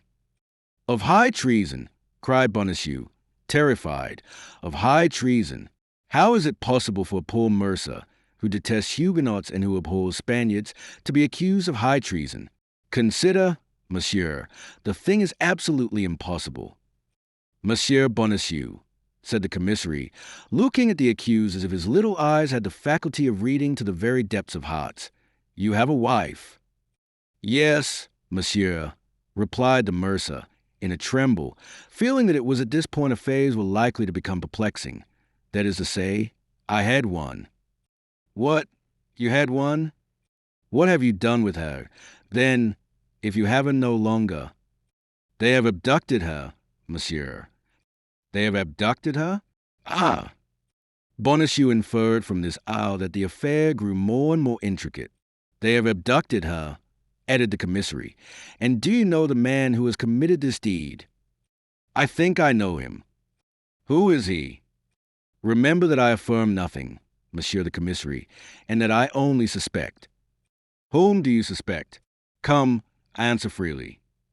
M. Bonacieux was in the greatest perplexity possible. Had he better deny everything or tell everything? By denying all, it might be suspected that he must know too much to avow. By confessing all, he might prove his goodwill. He decided, then, to tell all. I suspect, said he, a tall, dark man of lofty carriage, who has the air of a great lord. He has followed us several times, as I think, when I have waited for my wife at the wicket of the Louvre to escort her home. The commissary now appeared to experience a little uneasiness. And his name, said he. Oh, as to his name, I know nothing about it. But if I were ever to meet him, I should recognize him in an instant. I will answer for it, were he among 1,000 persons. The face of the commissary grew still darker. You should recognize him among 1,000, say you, continued he. That is to say, cried Bonacieux, who saw he had taken a false step, that is to say. You have answered that you should recognize him, said the commissary. That is all very well, and enough for today. Before we proceed further, someone must be informed that you know the ravisher of your wife. But I have not told you that I know him, cried Bonacieux, in despair. I told you, on the contrary. Take away the prisoner, said the commissary to the 2 guards. Where must we place him? Demanded the chief. In a dungeon. Which? Good Lord, in the first one handy, provided it is safe, said the commissary, with an indifference which penetrated poor Bonacieux with horror. Alas, said he to himself, Misfortune is over my head. My wife must have committed some frightful crime. They believe me her accomplice, and will punish me with her. She must have spoken. She must have confessed everything. A woman is so weak. A dungeon. The first he comes to. That's it. A night is soon past, and tomorrow to the wheel, to the gallows. Oh, my God, have pity on me. Without listening the least in the world to the lamentations of M. Bonacieux, lamentations to which, besides, they must have been pretty well accustomed, the two guards took the prisoner each by an arm and led him away, while the commissary wrote a letter in haste and dispatched it by an officer in waiting. Bonacieux could not close his eyes, not because his dungeon was so very disagreeable, but because his uneasiness was so great. He sat all night on his stool, starting at the least noise, and when the first rays of the sun penetrated into his chamber, the dawn itself appeared to him to have taken funereal tints. All at once he heard his bolts drawn, and made a terrified bound. He believed they would come to conduct him to the scaffold, so that when he saw merely and simply, instead of the executioner he expected, only his commissary of the preceding evening, attended by his clerk, he was ready to embrace them both. Your affairs become more complicated since yesterday evening, my good man, and I advise you to tell the whole truth, for your repentance alone can remove the anger of the cardinal. Why, I am ready to tell everything, cried Bonacieux, at least all that I know. Interrogate me, I entreat you. Where is your wife, in the first place? Why, did not I tell you she had been stolen from me? Yes, but yesterday at 5 o'clock in the afternoon, thanks to you, she escaped. My wife escaped, cried Bonacieux. Oh, unfortunate creature. Monsieur, if she has escaped, it is not my fault, I swear. What business had you, then, to go into the chamber of Monsieur d'Artagnan, your neighbor, with whom you had a long conference during the day? Ah, yes, Monsieur Commissary, yes, that is true, and I confess that I was in the wrong. I did go to Monsieur d'Artagnan's. What was the aim of that visit? To beg him to assist me in finding my wife. I believed I had a right to endeavor to find her. I was deceived, as it appears, and I ask your pardon. And what did Monsieur d'Artagnan reply? Monsieur d'Artagnan promised me his assistance, but I soon found out that he was betraying me. You impose upon justice. Monsieur d'Artagnan made a compact with you, and in virtue of that compact put to flight the police who had arrested your wife, and has placed her beyond reach. M. d'Artagnan has abducted my wife. Come now, what are you telling me? Fortunately, Monsieur d'Artagnan is in our hands, and you shall be confronted with him. By my faith, I ask no better, cried Bonacieux. I shall not be sorry to see the face of an acquaintance. Bring in the Monsieur d'Artagnan, said the commissary to the guards. The two guards led in Athos. Monsieur d'Artagnan, said the commissary, addressing Athos, declare all that passed yesterday between you and Monsieur. But, cried Bonacieux, this is not Monsieur d'Artagnan whom you show me. What? Not Monsieur d'Artagnan, exclaimed the commissary. Not the least in the world, replied Bonacieux. What is this gentleman's name? Asked the commissary. I cannot tell you. I don't know him. How? You don't know him? No. Did you never see him? Yes, I have seen him, but I don't know what he calls himself. Your name? Replied the commissary. Athos, replied the musketeer. But that is not a man's name. That is the name of a mountain, cried the poor questioner, who began to lose his head. That is my name, said Athos, quietly, but you said that your name was D'Artagnan. Who? I. Yes, you. Somebody said to me, you are Monsieur d'Artagnan? I answered, you think so? My guards exclaimed that they were sure of it. I did not wish to contradict them. Besides, I might be deceived. Monsieur, you insult the majesty of justice. Not at all, said Athos, calmly. You are Monsieur d'Artagnan. You see, Monsieur, that you say it again. But I tell you, Monsieur Commissary, cried Bonacieux, in his tone. "There is not the least doubt about the matter. Monsieur d'Artagnan is my tenant, although he does not pay me my rent, and even better on that account ought I to know him. Monsieur d'Artagnan is a young man, scarcely 19 or 20, and this gentleman must be 30 at least. Monsieur d'Artagnan is in Monsieur de Cessart's guards, and this gentleman is in the company of Monsieur de Treville's musketeers. Look at his uniform. Monsieur Commissary, look at his uniform." "That's true," murmured the commissary. "Pardieu, that's true." At this moment the door was opened quickly, and a messenger, introduced by one of the gatekeepers of the Bastille, gave a letter to the commissary. "Oh, unhappy woman," cried the commissary. "How? What do you say? Of whom do you speak? It is not of my wife, I hope." "On the contrary, it is of her. Yours is a pretty business." "But," said the agitated mercer, "do me the pleasure, monsieur, to tell me how my own proper affair can become worse by anything my wife does while I'm in prison." "Because that which he does is part of a plan concerted between you, of an infernal plan. I swear to you, Monsieur Commissary, that you are in the profoundest error, that I know nothing in the world about what my wife had to do, that I am entirely a stranger to what she has done, and that if she has committed any follies, I renounce her, I abjure her, I curse her." "Bow!" said Athos to the commissary. "If you have no more need of me, send me somewhere. Your Monsieur Bonacieux is very tiresome." The commissary designated by the same gesture Athos and Bonacieux. "Let them be guarded more closely than ever." "And yet," said Athos, with his habitual calmness, "if it be Monsieur d'Artagnan who is concerned in this matter, I do not perceive how I can take his place." "Do as I bade you," cried the commissary, "and preserve absolute secrecy. You understand." Athos shrugged his shoulders and followed his guard silently, while M. Bonacieux uttered lamentations enough to break the heart of a tiger. They locked the mercer in the same dungeon where he had passed the night, and left him to himself during the day. Bonacieux wept all day, like a true mercer, not being at all a military man, as he himself informed us. In the evening, about 9 o'clock, at the moment he had made up his mind to go to bed, he heard steps in his corridor. These steps drew near to his dungeon, the door was thrown open, and the guards appeared. "Follow me," said an officer, who came up behind the guards. "Follow you," cried Bonacieux.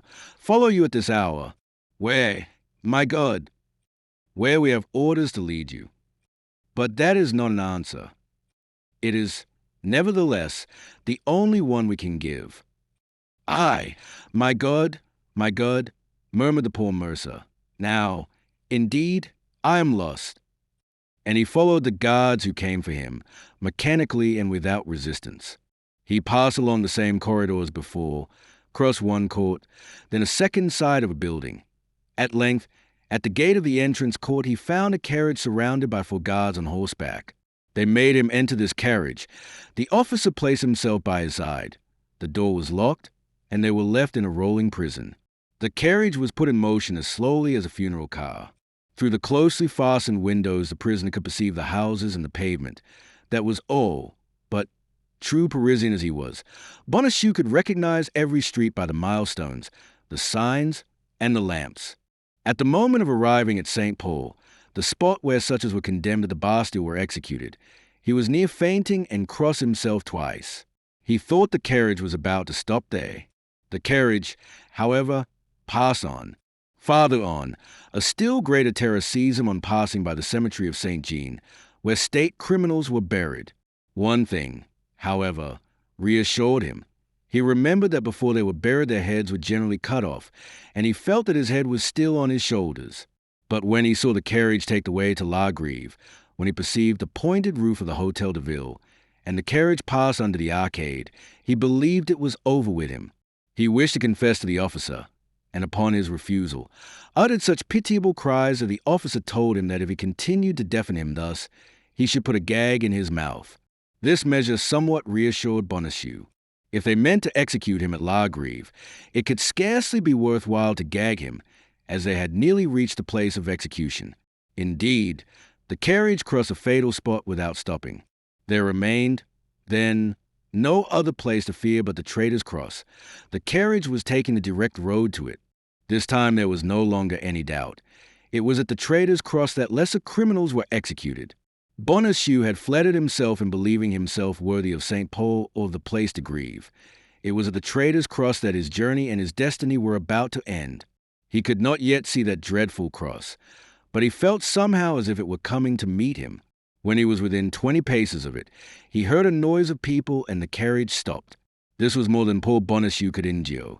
Depressed as he was by the successive emotions which he had experienced, he uttered a feeble groan which might have been taken for the last sigh of a dying man, and fainted.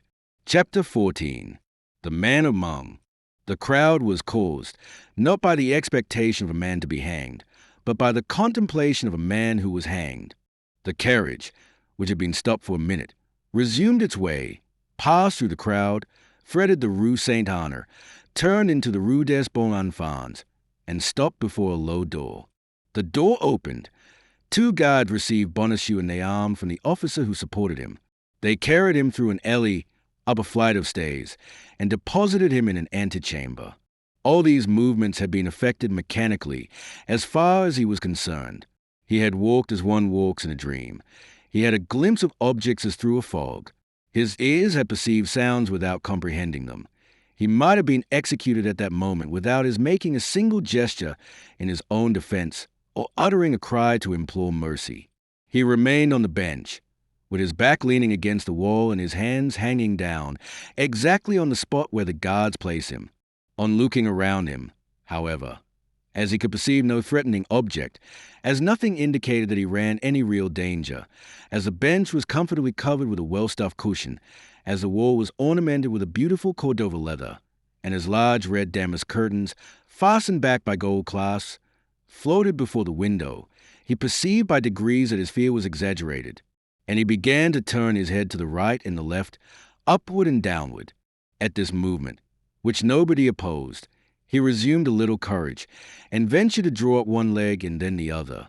At length, with the help of his 2 hands, he lifted himself from the bench, and found himself on his feet. At this moment an officer with a pleasant face opened the door, continued to exchange some words with a person in the next chamber, and then came up to the prisoner. "Is your name Bonacieux?" said he. "Yes, Monsieur Officer," stammered the mercer, more dead than alive. "At your service." "Come in," said the officer, and he moved out of the way to let the mercer pass. The latter obeyed without reply, and entered the chamber, where he appeared to be expected. It was a large cabinet, close and stifling, with the walls furnished with arms offensive and defensive, and in which there was already a fire, although it was scarcely the end of the month of September. A square table, covered with books and papers, upon which was unrolled an immense plan of the city of La Rochelle, occupied the center of the room.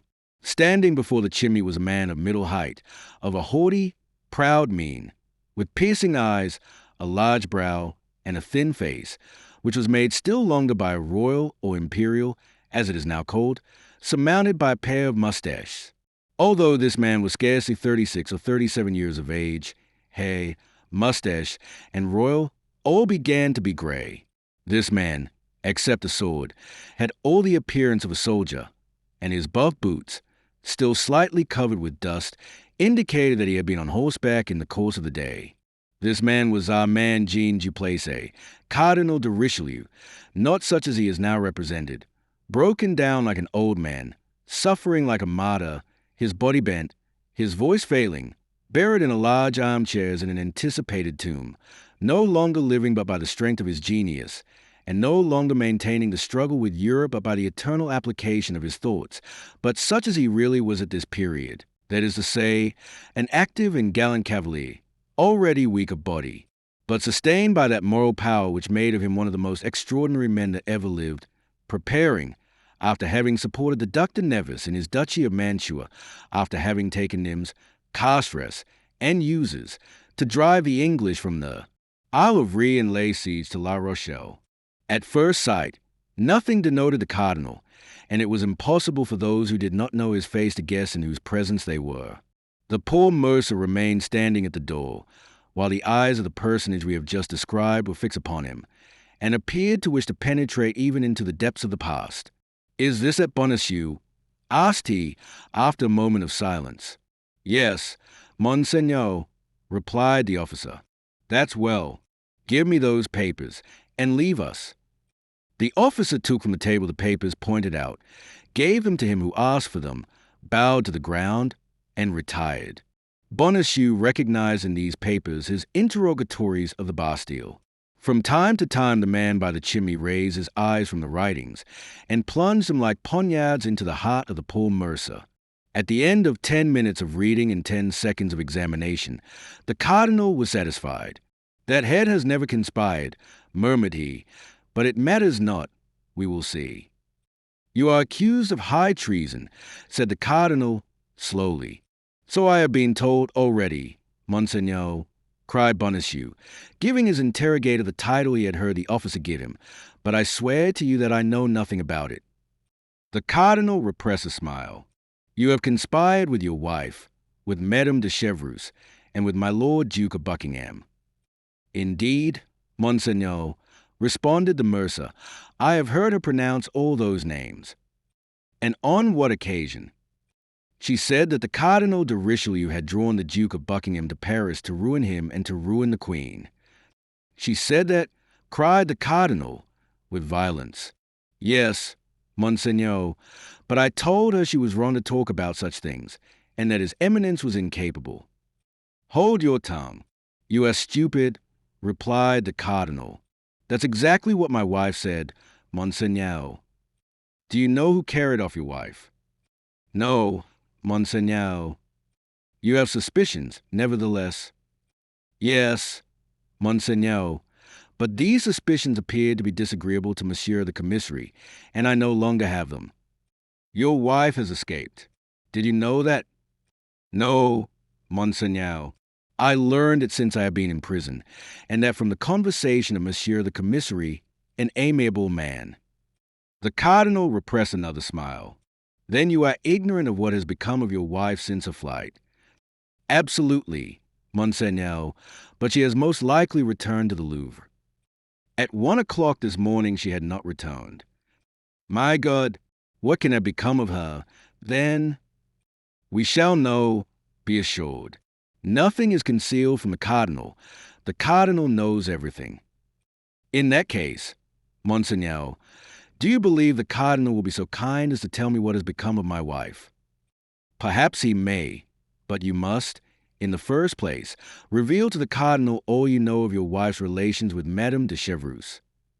"But, Monseigneur, I know nothing about them. I have never seen her." "When you went to fetch your wife from the Louvre, did you always return directly home?" "Scarcely ever. She had business to transact with linen drapers, to whose houses I conducted her." "And how many were there of these linen drapers?" "Two, Monseigneur." "And where did they live?" "One in Rue de Vaugirard, the other Rue de la Harpe." "Did you go into these houses with her?" "Never, Monseigneur. I waited at the door." "And what excuse did she give you for entering all alone?" "She gave me none. She told me to wait, and I waited." "You are a very complacent husband, my dear Monsieur Bonacieux," said the cardinal. "He calls me his dear monsieur," said the mercer to himself. "Past. Matters are going all right. Should you know those doors again?" "Yes." "Do you know the numbers?" "Yes."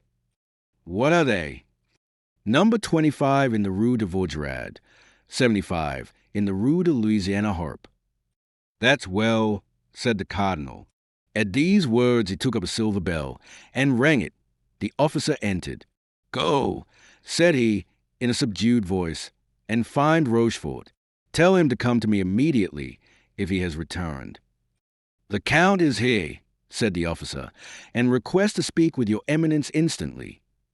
"Let him come in, then," said the cardinal, quickly. The officer sprang out of the apartment with that alacrity which all the servants of the cardinal displayed in obeying him. "To your Eminence," murmured Bonacieux, rolling his eyes round in astonishment. 5 seconds had scarcely elapsed after the disappearance of the officer, when the door opened and a new personage entered. "It is he!" cried Bonacieux. "He? What he?" asked the cardinal. The man who abducted my wife. The cardinal rang a second time.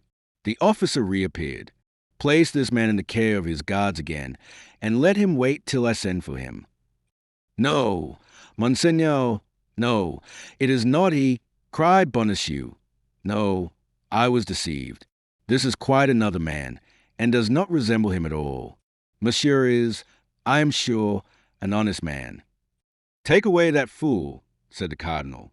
The officer took Bonacieux by the arm and led him into the antechamber, where he found his two guards. The newly introduced personage followed Bonacieux impatiently with his eyes till he had gone out, and the moment the door closed, they have seen each other, said he, approaching the cardinal eagerly. Who? Asked his eminence. He and she. The queen and the duke, cried Richelieu. Yes. Way. At the Louvre. Are you sure of it? Perfectly sure. Who told you of it? Madame de Lanay, who is devoted to your eminence, as you know. Why did she not let me know sooner? Whether by chance or mistrust, the queen made Madame de Surges sleep in her chamber, and detained her all day. Well, we are beaten. Now let us try to take our revenge. I will assist you with all my heart, Monseigneur. Be assured of that. How did it come about? At 12:30, the queen was with her women. Way. In her bedchamber. Go on. When someone came and brought her a handkerchief from a laundress. And then, the queen immediately exhibited strong emotion, and despite the rouge with which her face was covered, evidently turned pale. And then, she then arose, and with altered voice, Ladies, said she, wait for me 10 minutes. I shall soon return. She then opened the door of her alcove and went out. Why did not Madame de Lannoy come and inform you instantly? Nothing was certain. Besides, Her Majesty had said, Ladies, wait for me, and she did not dare to disobey the queen. How long did the queen remain out of the chamber? 3/4 of an hour. None of her women accompanied her. Only Donna Estefania. Did she afterward return? Yes, but only to take a little rosewood casket, with a cipher upon it, and went out again immediately. And when she finally returned, did she bring that casket with her? No. Does Madame de Lannoy know what was in that casket? Yes, the diamond studs which His Majesty gave the queen. And she came back without this casket. Yes. Madame de Lannoy, then, is of opinion that she gave them to Buckingham. She is sure of it. How can she be so? In the course of the day, Madame de Lannoy, in her quality of tire-woman of the queen, looked for this casket, appeared uneasy at not finding it, and at length asked information of the queen. And then the queen became exceedingly red, and replied that having in the evening broken one of those studs, she had sent it to a goldsmith to be repaid. He must be called upon, and so ascertain if the thing be true or not. I have just been with him. And the goldsmith has heard nothing of it. Well, Rochefort, all is not lost, and perhaps everything is for the best. The fact is that I do not doubt your eminence's genius will repair the blunders of his agent. Is that it? That is exactly what I was going to say, if your eminence had let me finish my sentence. Meanwhile, do you know where the Duchesse de Chevreuse and the Duke of Buckingham are now concealed? No, Monseigneur, my people could tell me nothing on that head. But I know. You, Monseigneur. Yes, or at least I guess. They were, one in the Rue de Vaugirard, number 25, the other in the Rue de la Harpe, number 75. Does your eminence command that they both be instantly arrested? It will be too late. They will be gone. But still, we can make sure that they are so. Take 10 men of my guardsmen and search the 2 houses thoroughly. Instantly, Monseigneur. And Rochefort went hastily out of the apartment. The cardinal, being left alone, reflected for an instant and then rang the bell a 3rd time. The same officer appeared. Bring the prisoner in again, said the cardinal. M. Bonacieux was introduced afresh, and upon a sign from the cardinal, the officer retired. You have deceived me, said the cardinal, sternly. I, cried Bonacieux, I deceive your eminence. Your wife, in going to Rue de Vaugirard and Rue de la Harpe, did not go to find linen drapers. Then why did she go? Just God? She went to meet the Duchesse de Chevreuse and the Duke of Buckingham. Yes, cried Bonacieux, recalling all his remembrances of the circumstances. Yes, that's it. Your eminence is right. I told my wife several times that it was surprising that linen drapers should live in such houses as those, in houses that had no signs. But she always laughed at me. Aye, Monseigneur, continued Bonacieux, throwing himself at his eminence's feet. Aye, how true you are the cardinal, the great cardinal, the man of genius whom all the world reveres. The cardinal, however contemptible might be the triumph gained over so vulgar a being as Bonacieux, did not the less enjoy it for an instant. Then, almost immediately, as if a fresh thought has occurred, a smile played upon his lips, and he said, offering his hand to the mercer, Rise, my friend, you are a worthy man. The cardinal has touched me with his hand. I have touched the hand of the great man, cried Bonacieux. The great man has called me his friend. Yes, my friend, yes, said the cardinal, with a paternal tone which he sometimes knew how to assume, but which deceived none who knew him. And as you have been unjustly suspected, well, you must be indemnified. Hey, take this purse of 100 pistoles, and pardon me. I pardon you, Monseigneur, said Bonacieux, hesitating to take the purse, fearing, doubtless, that his pretended gift was but a pleasantry. But you are able to have me arrested. You are able to have me tortured. You are able to have me hanged. You are the master, and I could not have the least word to say. Pardon you, Monseigneur, you cannot mean that. Ah, my dear Monsieur Bonacieux, you are generous in this matter. I see it, and I thank you for it. Thus, then, you will take this bag, and you will go away without being too malcontent. I go away enchanted. Farewell, then, or rather, au revoir, for I hope we shall meet again. Whenever Monseigneur wishes, I am always at His Eminence's orders. That will be frequently, I assure you, for I have found something extremely agreeable in your conversation. Oh, Monseigneur, au revoir, Monsieur Bonacieux, au revoir.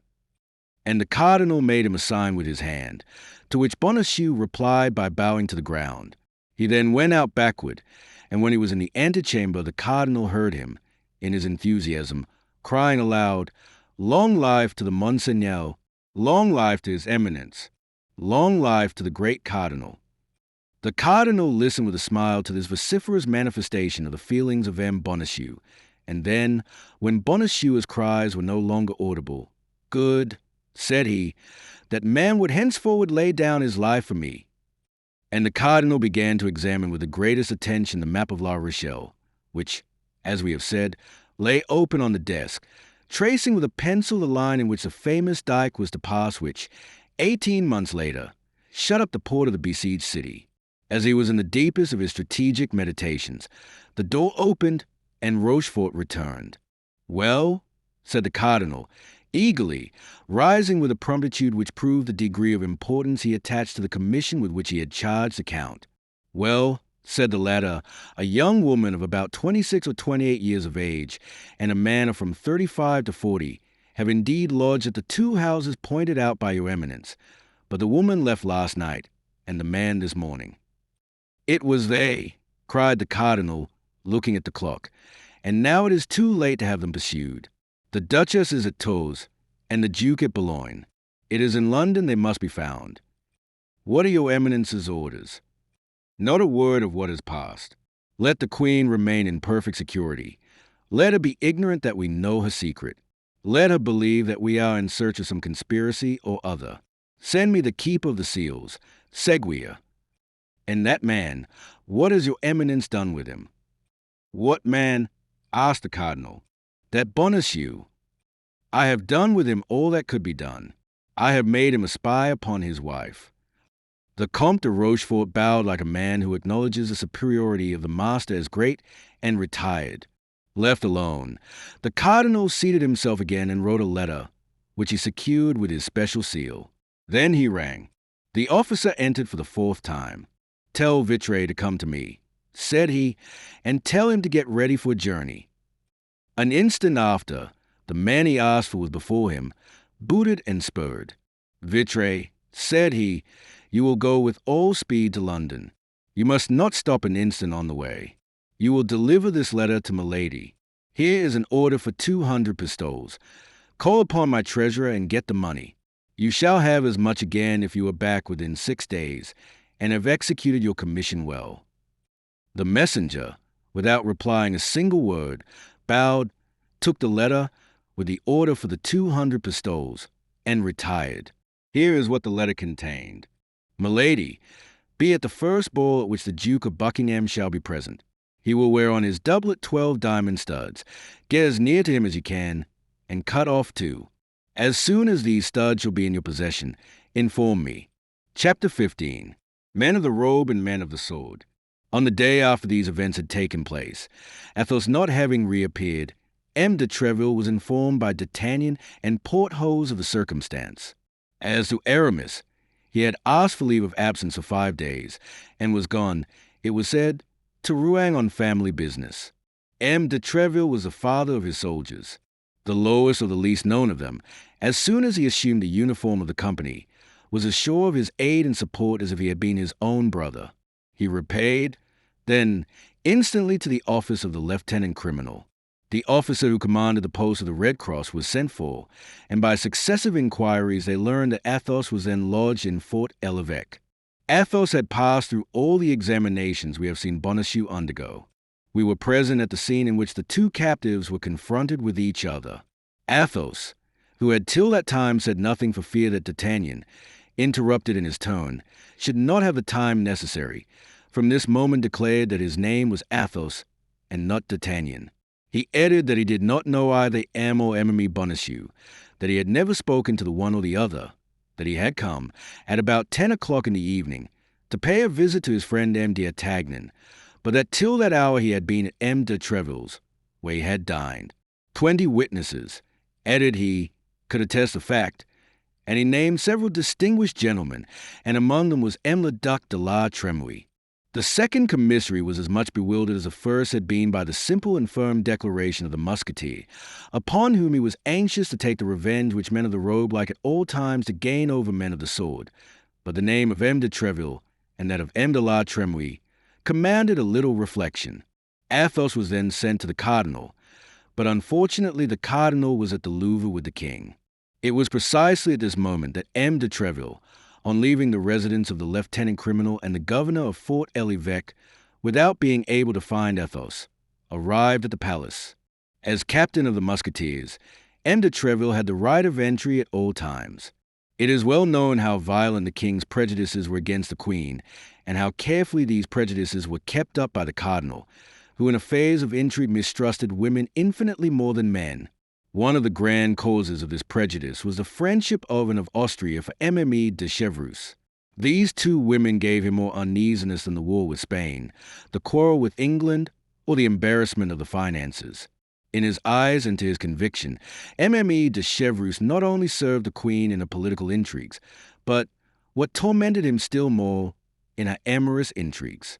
At the first word the cardinal spoke of Milady de Chevreuse, who, though exiled to Tours and believed to be in that city, had come to Paris, remained there 5 days, and outwitted the police, the king flew into a furious passion. Capricious and unfaithful, the king wished to be called Louis the Just and Louis the Chaste. Posterity will find a difficulty in understanding this character, which history explains only by facts and never by reason.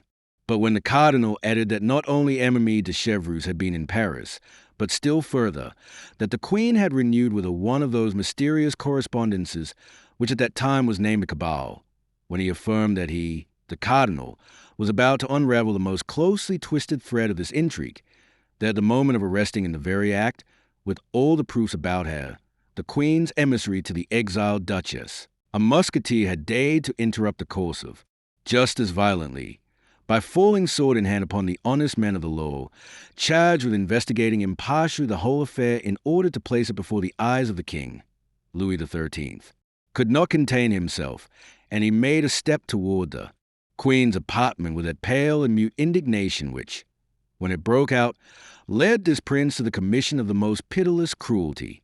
And yet, in all this, the cardinal had not yet said a word about the Duke of Buckingham.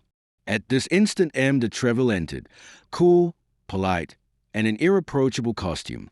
Informed of what had passed by the presence of the cardinal and the alteration in the king's countenance, M. de Treville felt himself something like Samson before the Philistines.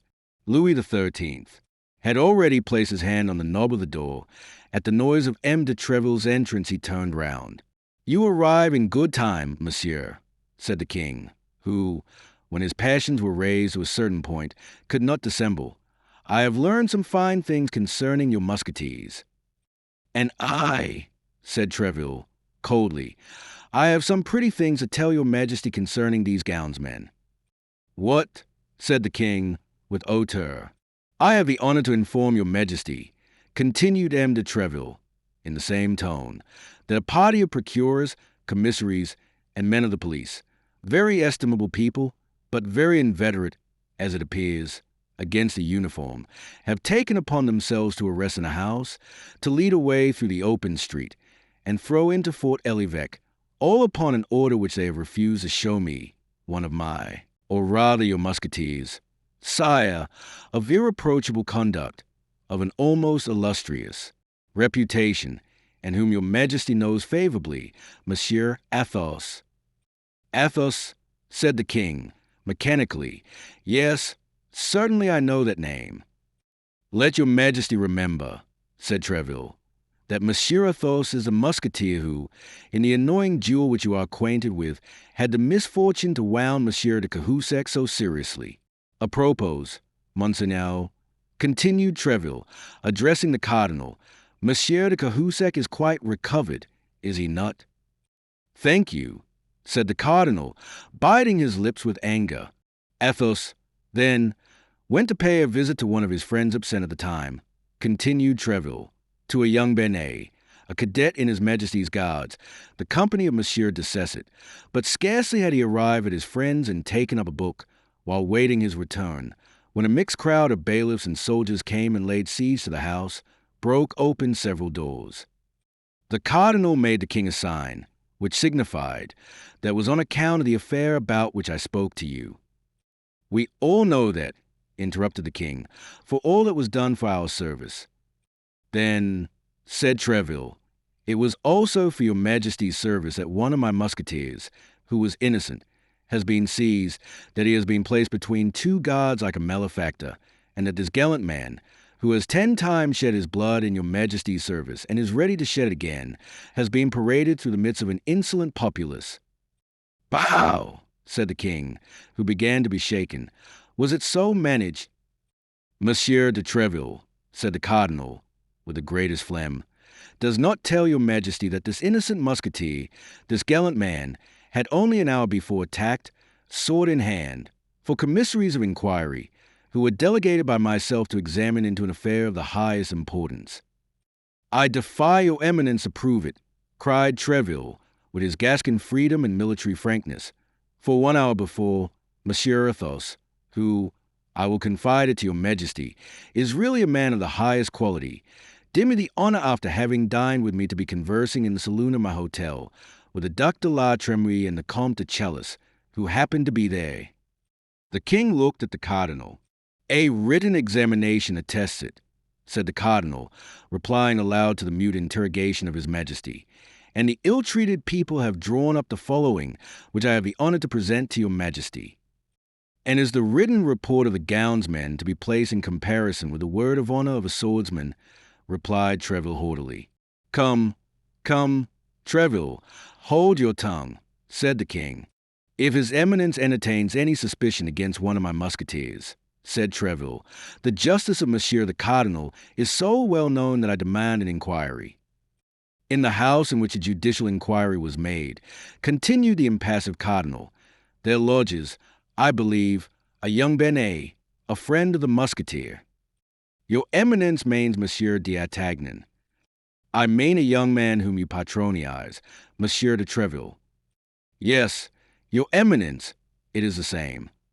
Do you not suspect this young man of having given bad counsel? To Athos, to a man double his age, interrupted Treville. No, Monseigneur. Besides, D'Artagnan passed the evening with me. Well, said the cardinal, everybody seems to have passed the evening with you. Does your eminence doubt my word? Said Treville, with a brow flushed with anger. No, God forbid, said the cardinal. Only, at what hour was he with you? Oh, as to that I can speak positively, your eminence. For as he came and I remarked that it was but 9:30 by the clock, although I had believed it to be later. At what hour did he leave your hotel? At 10:30, an hour after the event. Well, replied the cardinal, who could not for an instant suspect the loyalty of Treville, and who felt that the victory was escaping him. Well, but Athos was taken in the house in the Rue des Faciliers. Is one friend forbidden to visit another, or a musketeer my company to fraternize with a guard of Dissess's company? Yes, when the house where he fraternizes is suspected. That house is suspected, Treville, said the king. Perhaps you did not know it. Indeed, sire, I did not. The house may be suspected, but I deny that it is so in the part of it inhabited by Monsieur d'Artagnan, for I can affirm, sire, if I can believe what he says, that there does not exist a more devoted servant of your majesty, or a more profound admirer of Monsieur the Cardinal. Was it not this D'Artagnan who wounded Jussac one day, in that unfortunate encounter which took place near the convent of the Carmes Déchaussés? Asked the king, looking at the cardinal, who colored with vexation. And the next day, Bernajoux. Yes, sire, yes, it is the same, and your majesty has a good memory. Come, how shall we decide? Said the king. That concerns your majesty more than me, said the cardinal. I should affirm the culpability. And I deny it, said Treville. But his majesty has judges, and these judges will decide. That is best, said the king.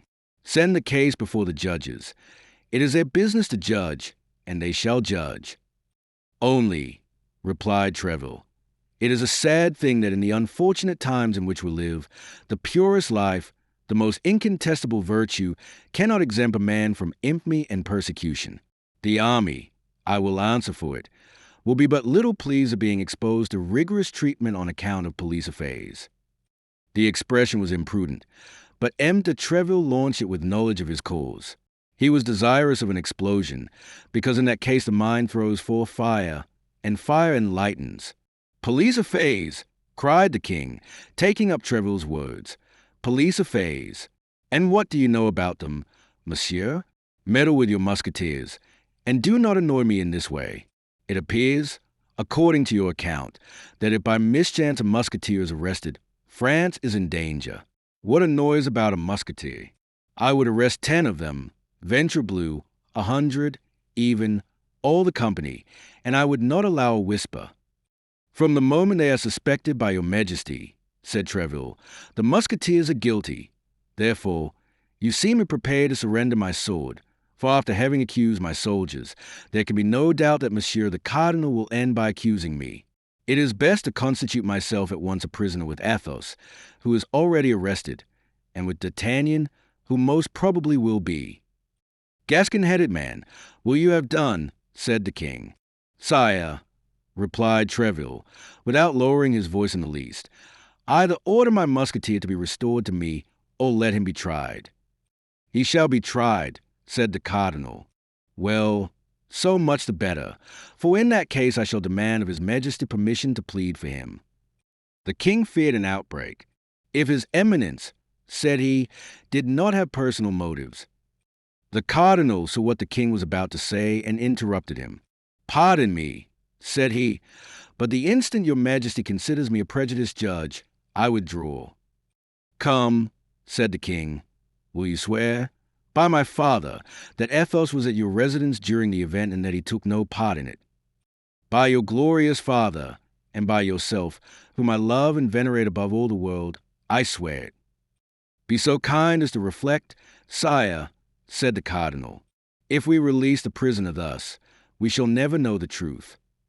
Athos may always be found, replied Treville, ready to answer when it shall please the gownsmen to interrogate him. He will not desert, monsieur the cardinal, be assured of that. I will answer for him. No, he will not desert, said the king. He can always be found, as Treville says. Besides, added he, lowering his voice and looking with a suppliant air at the cardinal, let us give them apparent security. That is policy. This policy of Louis XIII made Richelieu smile. Order it as you please. Sire, you possess the right of pardon. The right of pardoning only applies to the guilty, said Treville, who was determined to have the last word, and my musketeer is innocent. It is not mercy, then, that you are about to accord. Sire, it is justice. And he is in the Fort l'Evêque, said the king. Yes, sire, in solitary confinement, in a dungeon, like the lowest criminal. The devil, murmured the king. What must be done? Sign an order for his release, and all will be said, replied the cardinal. I believe, with your majesty, that Monsieur de Treville's guarantee is more than sufficient. Treville bowed very respectfully, with a joy that was not unmixed with fear. He would have preferred an obstinate resistance on the part of the cardinal to this sudden yielding. The king signed the order for release, and Treville carried it away without delay. As he was about to leave the presence, the cardinal gave him a friendly smile, and said, A perfect harmony reigns, sire, between the leaders and the soldiers of your musketeers, which must be profitable for the service and honorable to all. He will play me some dog's trick or other, and that immediately, said Treville. One has never the last word with such a man. But let us be quick. The king may change his mind in an hour, and at all events it is more difficult to replace a man in the Fort l'Evêque or the Bastille who has got out than to keep a prisoner there who is in. M. de Treville made his entrance triumphantly into the Fort l'Evêque, whence he delivered the musketeer, whose peaceful indifference had not for a moment abandoned him. The first time he saw D'Artagnan, You have come off well, said he to him. There is your just sack for us paid for. There still remains at a Bernadoux, but you must not be too confident. As to the rest, M. de Treville had good reason to mistrust the cardinal and to think that all was not over, for scarcely had the captain of the musketeers closed the door after him, than his eminence said to the king, Now that we are at length by ourselves, we will, if your majesty pleases, converse seriously. Sire, Buckingham has been in Paris 5 days, and only left this morning. Chapter 16, in which M. Seguier, keeper of the seals, looks more than once for the bell. It is impossible to form an idea of the impression these few words made upon Louis XIII. He grew pale and red alternately, and the cardinal saw at once that he had recovered by a single blow all the ground he had lost. Buckingham in Paris, cried he, and why does he come? To conspire, no doubt, with your enemies, the Huguenots and the Spaniards. No, pardieu, no, to conspire against my honor with Madame de Chevreuse, Madame de Longueville, and the Condés. Oh, sire, what an idea!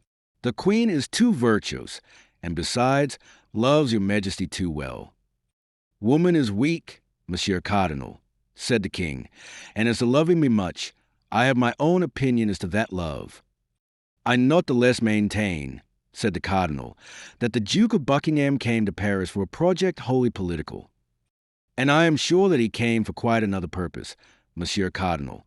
But if the queen be guilty, let her tremble. Indeed, said the cardinal, whatever repugnance I may have at directing my mind to such a treason, your majesty compels me to think of it. Madame de Laney, whom, according to your majesty's command, I have frequently interrogated, told me this morning that the night before last her majesty sat up very late, that this morning she wept much, and that she was riding all day. That's it, cried the king. To him, no doubt. Cardinal, I must have the queen's papers. But how to take them? Sire, it seems to me that it is neither your majesty nor myself who can charge himself with such a mission. How did they act with regard to the Marechal d'Ancre? Cried the king, in the highest state of choler, First her closets were thoroughly searched, and then she herself. The Marechal d'Ancre was no more than the Marechal d'Ancre, a Florentine adventurer, sire, and that was all, while the august spouse of your majesty is, and of Austria, Queen of France, that is to say, one of the greatest princesses in the world. She is not the less guilty, Monsieur Duke. The more she has forgotten the high position in which she was placed, the more degrading is her fall. Besides, I long ago determined to put an end to all these petty intrigues of policy and love. She has near her a certain Laporte, who, I believe, is the mainspring of all this, I confess, said the cardinal. You think then, as I do, that she deceives me, said the king. I believe, and I repeat it to your majesty, that the queen conspires against the power of the king, but I have not said against his honor. And I tell you against both. I tell you the queen does not love me. I tell you she loves another. I tell you she loves that infamous Buckingham. Why did you not have him arrested while in Paris? Arrest the Duke. Arrest the Prime Minister of King Charles I. Think of it, sire, what a scandal. And if the suspicions of your majesty, which I still continue to doubt, should prove to have any foundation, what a terrible disclosure, what a fearful scandal. But as he exposed himself like a vagabond or a thief, he should have been. Louis XIII stopped, terrified at what he was about to say. Richelieu, stretching out his neck, waited uselessly for the word which had died on the lips of the king. He should have been? Nothing, said the king, nothing. But all the time he was in Paris, you, of course, did not lose sight of him. No, sire. Where did he lodge? Rue de la Harpe, number 75. Where is that? By the side of the Luxembourg. And you are certain that the queen and he did not see each other? I believe the queen to have too high a sense of a duty, sire. But they have corresponded. It is to him that the queen has been writing all the day. Monsieur Duke, I must have those letters. Sire, notwithstanding. Monsieur Duke, at whatever price it may be, I will have them. I would, however, beg your majesty to observe. Do you, then, also join in betraying me, Monsieur Cardinal, by thus always opposing my will? Are you also in accord with Spain and England, with Madame de Chevreuse and the Queen? Sire, replied the cardinal, sighing, I believe myself secure from such a suspicion. Monsieur Cardinal, you have heard me. I will have those letters. There's but one way.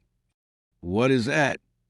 That would be to charge Monsieur de Seguier, the keeper of the seals, with this mission. The matter enters completely into the duties of the post. Let him be sent for instantly. He is most likely at my hotel. I requested him to call, and when I came to the Louvre, I left orders if he came, to desire him to wait. Let him be sent for instantly. Your Majesty's orders shall be executed, but what? But the Queen will perhaps refuse to obey. My orders? Yes, if she is ignorant that these orders come from the King. Well, that she may have no doubt on that head, I will go and inform her myself. Your Majesty will not forget that I have done everything in my power to prevent a rupture. Yes, Duke, yes, I know you are very indulgent toward the Queen. Too indulgent, perhaps. We shall have occasion, I warn you, at some future period to speak of that. Whenever it shall please your Majesty, but I shall be always happy and proud, sire, to sacrifice myself to the harmony which I desire to see reign between you and the Queen of France. Very well, Cardinal, very well. But, meantime, send for Monsieur the Keeper of the Seals. I will go to the Queen. And Louis XIII, opening the door of communication, passed into the corridor which led from his apartments to those of Anne of Austria. The Queen was in the midst of her women, Mme de Guitaut, Mme de Sable, Mme de Montbazon, and Mme de Gamine. In a corner was the Spanish companion, Donna Estefania, who had followed her from Madrid. Mme Gamine was reading aloud, and everybody was listening to her with attention with the exception of the Queen, who had, on the contrary, desired this reading in order that she might be able, while feigning to listen, to pursue the thread of her own thoughts.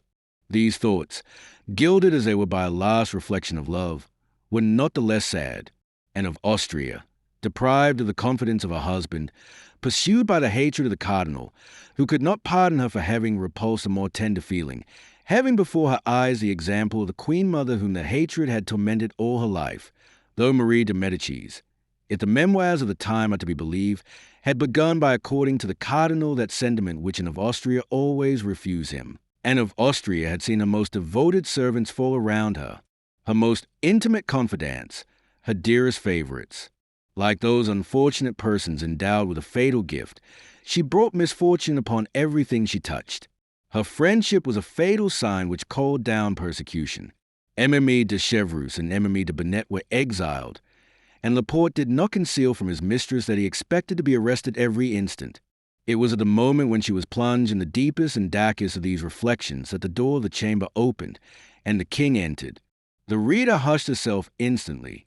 All the ladies rose, and there was a profound silence. As to the king, he made no demonstration of politeness, only stopping before the queen. "Madam," said he, "you are about to receive a visit from the chancellor, who will communicate certain matters to you with which I have charged him." The unfortunate queen, who was constantly threatened with divorce, exile, and trial even, turned pale under her rouge, and could not refrain from saying, "But why this visit, sire? What can the chancellor have to say to me that your majesty could not say yourself?" The king turned upon his heel without reply, and almost at the same instant the captain of the guards, M. de Guitant, announced the visit of the chancellor. When the chancellor appeared, the king had already gone out by another door. The chancellor entered, half smiling, half blushing. As we shall probably meet with him again in the course of our history, it may be well for our readers to be made at once acquainted with him. This chancellor was a pleasant man. He was Des Roches-le-Mazel, canon of Notre Dame, who had formerly been valet of a bishop, who introduced him to his eminence as a perfectly devout man. The cardinal trusted him, and therein found his advantage. There are many stories related of him, and among them this: after a wild youth, he had retired into a convent, there to expiate, at least for some time, the follies of adolescence. On entering this holy place, the poor penitent was unable to shut the door so close as to prevent the passions he fled from entering with him. He was incessantly attacked by them, and the superior, to whom he had confided this misfortune, wishing as much as in him lay to free him from them, had advised him, in order to conjure away the tempting demon, to have recourse to the bell rope and ring with all his might. At the denunciating sound, the monks would be rendered aware that temptation was besieging a brother, and all the community would go to prayers. This advice appeared good to the future chancellor. He conjured the evil spirit with abundance of prayers offered up by the monks. But the devil does not suffer himself to be easily dispossessed from a place in which he has fixed his garrison. In proportion as they redoubled the exorcisms, he redoubled the temptations, so that day and night the bell was ringing full swing, announcing the extreme desire for mortification which the penitent experienced. The monks had no longer an instant of repose. By day they did nothing but ascend and descend the steps which led to the chapel. At night, in addition to complines and matins, they were further obliged to leap 20 times out of their beds and prostrate themselves on the floor of their cells. It is not known whether it was the devil who gave way, or the monks who grew tired, but within 3 months the penitent reappeared in the world with the reputation of being the most terrible possessed that ever existed.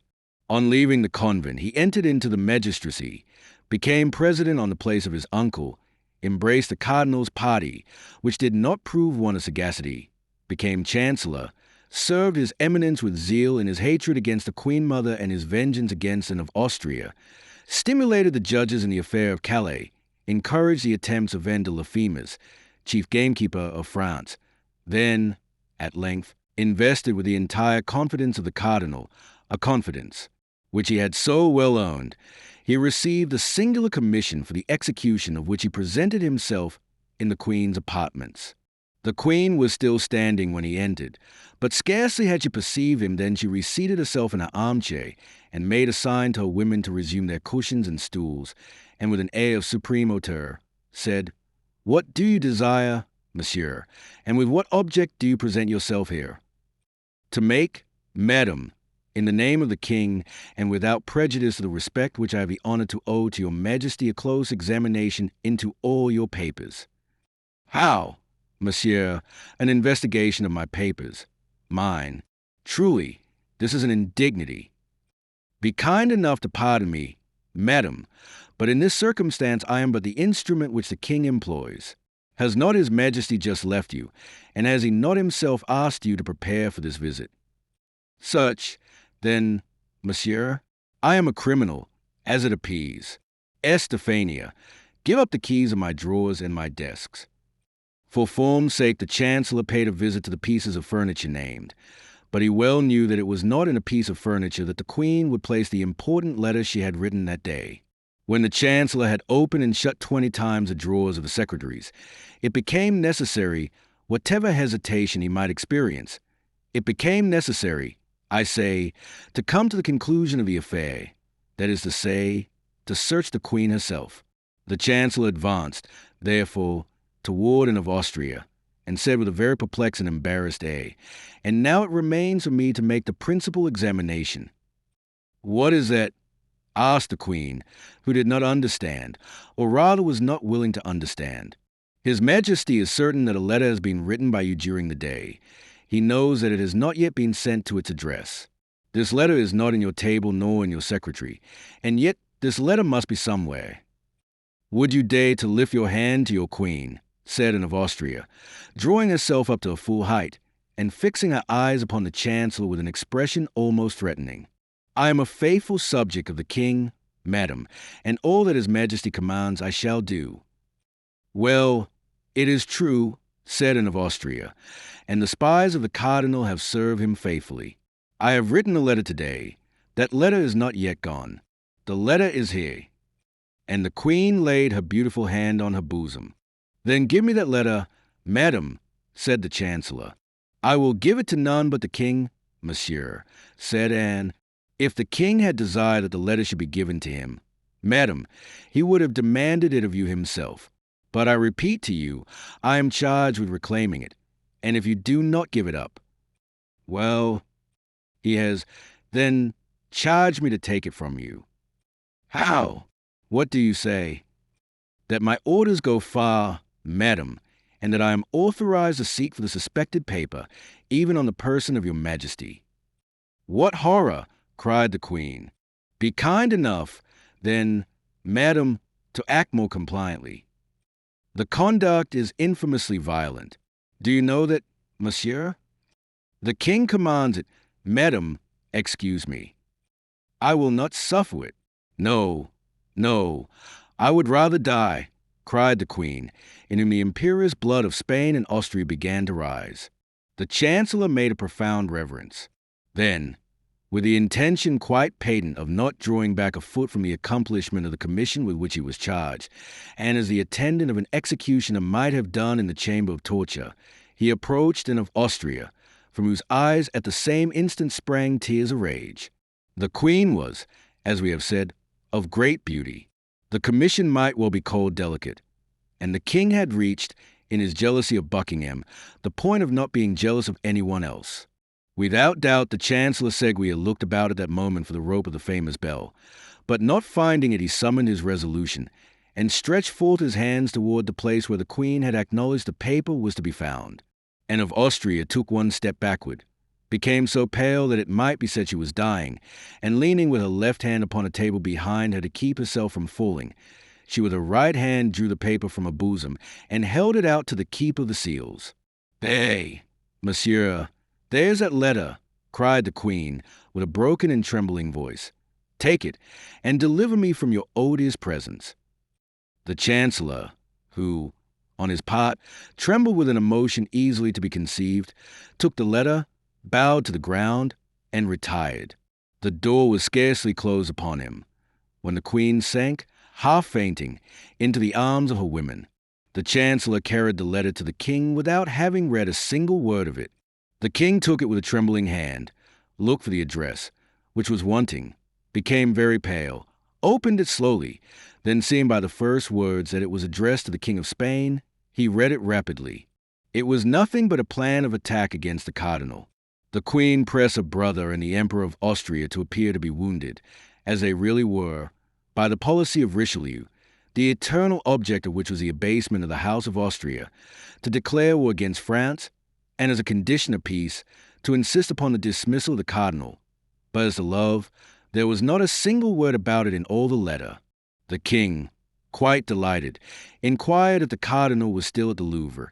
He was told that His Eminence awaited the orders of His Majesty in the business cabinet. The king went straight to him. "Hey, Duke," said he, "you were right and I was wrong. The whole intrigue is political, and there is not the least question of love in this letter. But, on the other hand, there is abundant question of you." The cardinal took the letter and read it with the greatest attention. Then, when he had arrived at the end of it, he read it a second time. "Well, Your Majesty," said he, "you see how far my enemies go. They menace you with 2 wars if you do not dismiss me. In your place, in truth, sire, I should yield to such powerful instance, and on my part, it would be a real happiness to withdraw from public affairs. What say you, Duke?" "I say, sire, that my health is sinking under these excessive struggles and these never-ending labors. I say that according to all probability I shall not be able to undergo the fatigues of the siege of La Rochelle, and that it would be far better that you should appoint that either Monsieur de Condé, Monsieur de Bassompé, or some valiant gentleman whose business is war, and not me, who am a churchman, and who am constantly turned aside from my real vocation to look after matters for which I have no aptitude. You would be the happier foot at home, sire, and I do not doubt you will be the greater foot abroad." "Monsieur Duke," said the king, "I understand you. Be satisfied. All who are named in that letter shall be punished as they deserve, even the queen herself. What do you say, sire? God forbid that the queen should suffer the least inconvenience or uneasiness on my account. She has always believed me, sire, to be her enemy, although your Majesty can bear witness that I have always taken her part warmly, even against you. Oh, if she betrayed your Majesty on the side of your honor, it would be quite another thing, and I should be the first to say, no grace, sire, no grace for the guilty. Happily, there is nothing of the kind, and your Majesty has just acquired a new proof of it." "That is true, Monsieur Cardinal," said the king, "and you were right, as you always are, but the queen, not the less, deserves all my anger. It is you, sire, who have now incurred hers, and even if she were to be seriously offended, I could well understand it. Your Majesty has treated her with a severity. It is thus I will always treat my enemies and yours, Duke, however high they may be placed, and whatever peril I may incur in acting civilly toward them. The queen is my enemy, but is not yours, sire. On the contrary, she is a devoted, submissive, and irreproachable wife. Allow me, then, sire, to intercede for her with your Majesty. Let her humble herself, then, and come to me first. On the contrary, sire, set the example. You have committed the first wrong, since it was you who suspected the queen." "What? I make the first advances," said the king. "Never.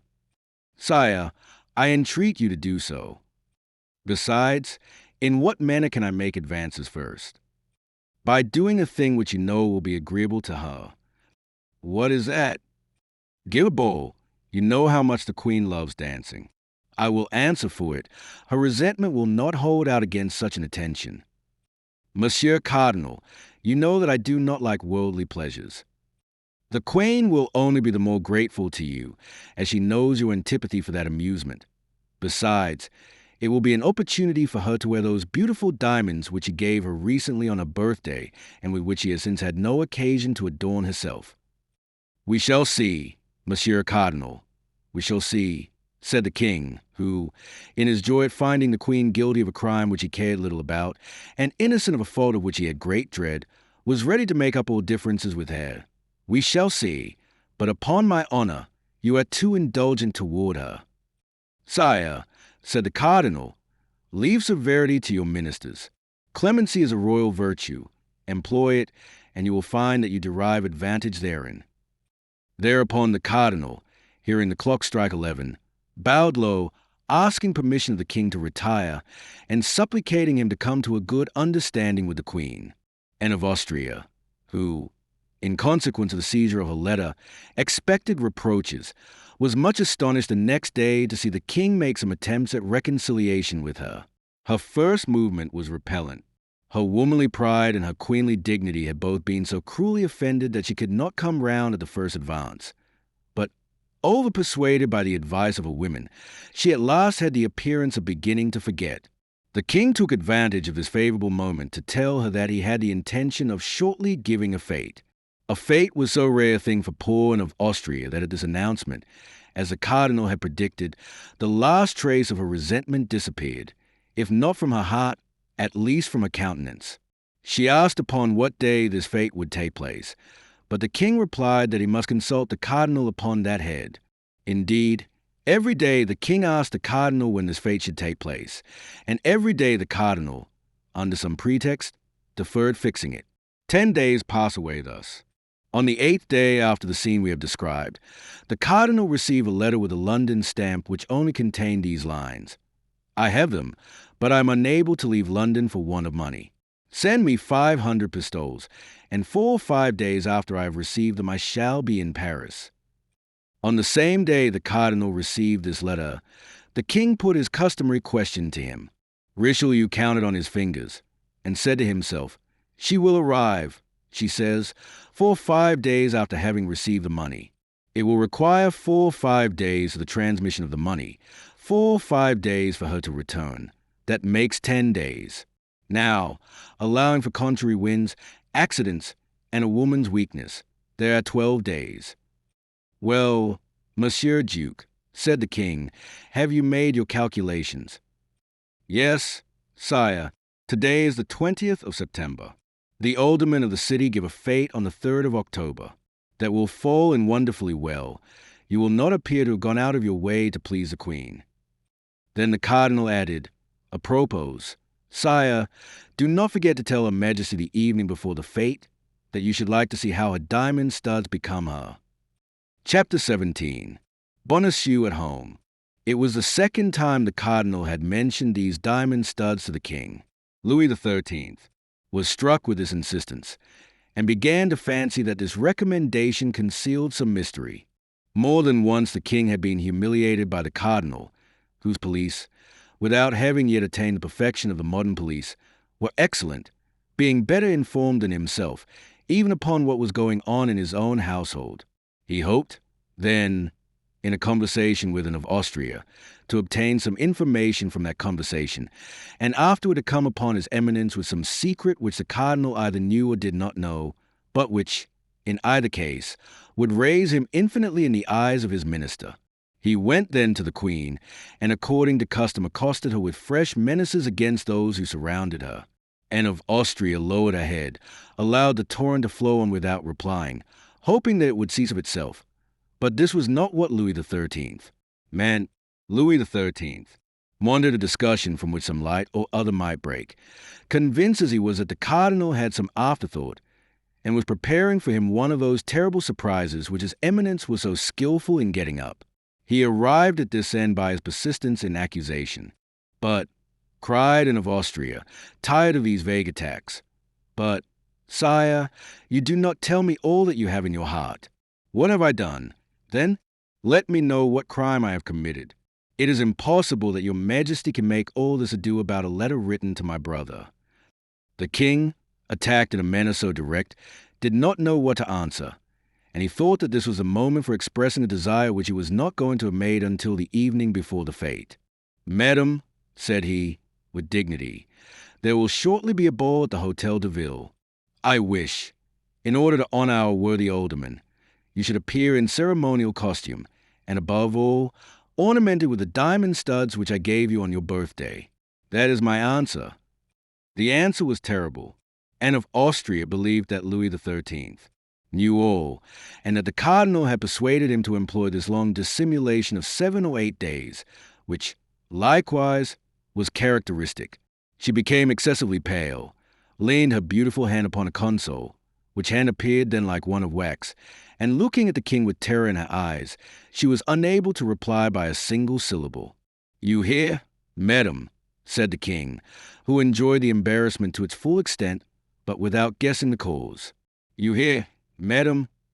"Yes, sire, I hear," stammered the queen. "You will appear at this ball." "Yes." "With those studs?" "Yes." The queen's paleness, if possible, increased. The king perceived it, and enjoyed it with that cold cruelty which was one of the worst sides of his character. "Then that is agreed," said the king, "and that is all I had to say to you. But on what day will this ball take place?" asked Anne of Austria. Louis XIII felt instinctively that he ought not to reply to this question, the queen having put it in an almost dying voice. "Oh, very shortly, madam," said he, "but I do not precisely recollect the date of the day. I will ask the cardinal." "It was the cardinal, then, who informed you of this fate?" "Yes, madam," replied the astonished king. "But why do you ask that?" "It was he who told you to invite me to appear with these studs." "That is to say, madam." "It was he, sire, it was he." "Well, and what does it signify whether it was he or I? Is there any crime in this request?" "No, sire." "Then you will appear." "Yes, sire." "That is well," said the king, retiring. "That is well. I count upon it." The queen made a curtsy, less from etiquette than because her knees were sinking under her. The king went away enchanted. "I am lost," murmured the queen. "Lost? For the cardinal knows all, and it is he who urges on the king, who as yet knows nothing but will soon know everything. I am lost. My God, my God, my God." She knelt upon a cushion and prayed, with her head buried between her palpitating arms. In fact, her position was terrible. Buckingham had returned to London. Mme de Chevreuse was at Tours. More closely watched than ever, the queen felt certain, without knowing how to tell which, that one of her women had betrayed her. Laporte could not leave the Louvre. She had not a soul in the world in whom she could confide. Thus, while contemplating the misfortune which threatened her and the abandonment in which she was left, she broke out into sobs and tears. "Can I be of service to your majesty?" said all at once a voice full of sweetness and pity. The queen turned sharply round, for there could be no deception in the expression of that voice. It was a friend who spoke thus.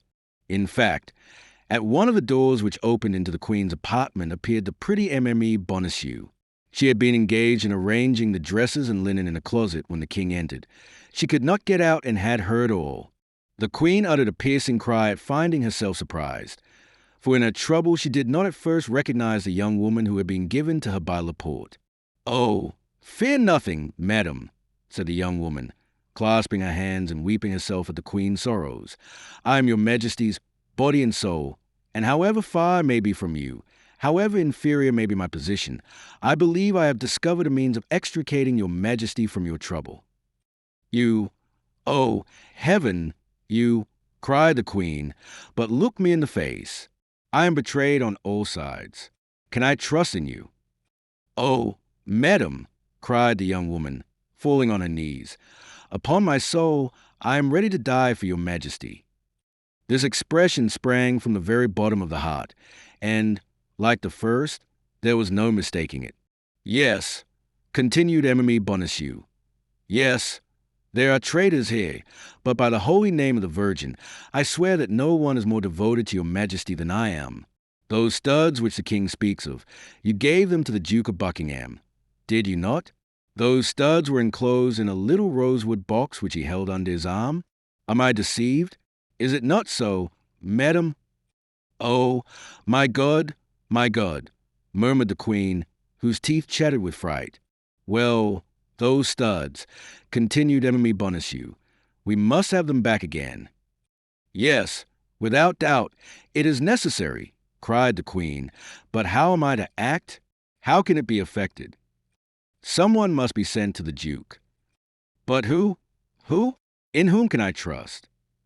"Place confidence in me, madam. Do me that honor, my queen, and I will find a messenger." but I must write. Oh, yes, that is indispensable. 2 words from the hand of your majesty and your private seal. But these 2 words would bring about my condemnation, divorce, exile. Yes, if they fell into infamous hands. But I will answer for these 2 words being delivered to their address. Oh, my God! I must then place my life, my honor, my reputation, in your hands. Yes, yes, madam, you must, and I will save them all. But how? Tell me at least the means. My husband had been at liberty these 2 or 3 days. I have not yet had time to see him again. He is a worthy, honest man who entertains neither love nor hatred for anybody. He will do anything I wish. He will set out upon receiving an order from me, without knowing what he carries, and he will carry your majesty's letter, without even knowing it is from your majesty, to the address which is on it. The queen took the 2 hands of the young woman with a burst of emotion, gazed at her as if to read her very heart, and, seeing nothing but sincerity in her beautiful eyes, embraced her tenderly. Do that, cried she, and you will have saved my life, you will have saved my honor. Do not exaggerate the service I have the happiness to render your majesty. I have nothing to say for your majesty. You are only the victim of perfidious plots. That is true, my child, said the queen. You are right. Give me, then, that letter, madam. Time presses. The queen ran to a little table, on which were ink, paper, and pens. She wrote 2 lines, sealed the letter with a private seal, and gave it to Aramis Bonacieux. And now, said the queen, we are forgetting one very necessary thing. What is that, madam? Money. Aramis Bonacieux blushed. Yes, that is true, said she, and I will confess to your majesty that my husband. Your husband has none. Is that what you would say? He has some, but he is very avaricious. That is his fault. Nevertheless, let not your majesty be uneasy. We will find means. And I have none either, said the queen. Those who have read the memoirs of Aramis de Motteville will not be astonished at this reply. But wait a minute. Anne of Austria ran to her jewel case. Hey, said she, here is a ring of great value, as I have been assured.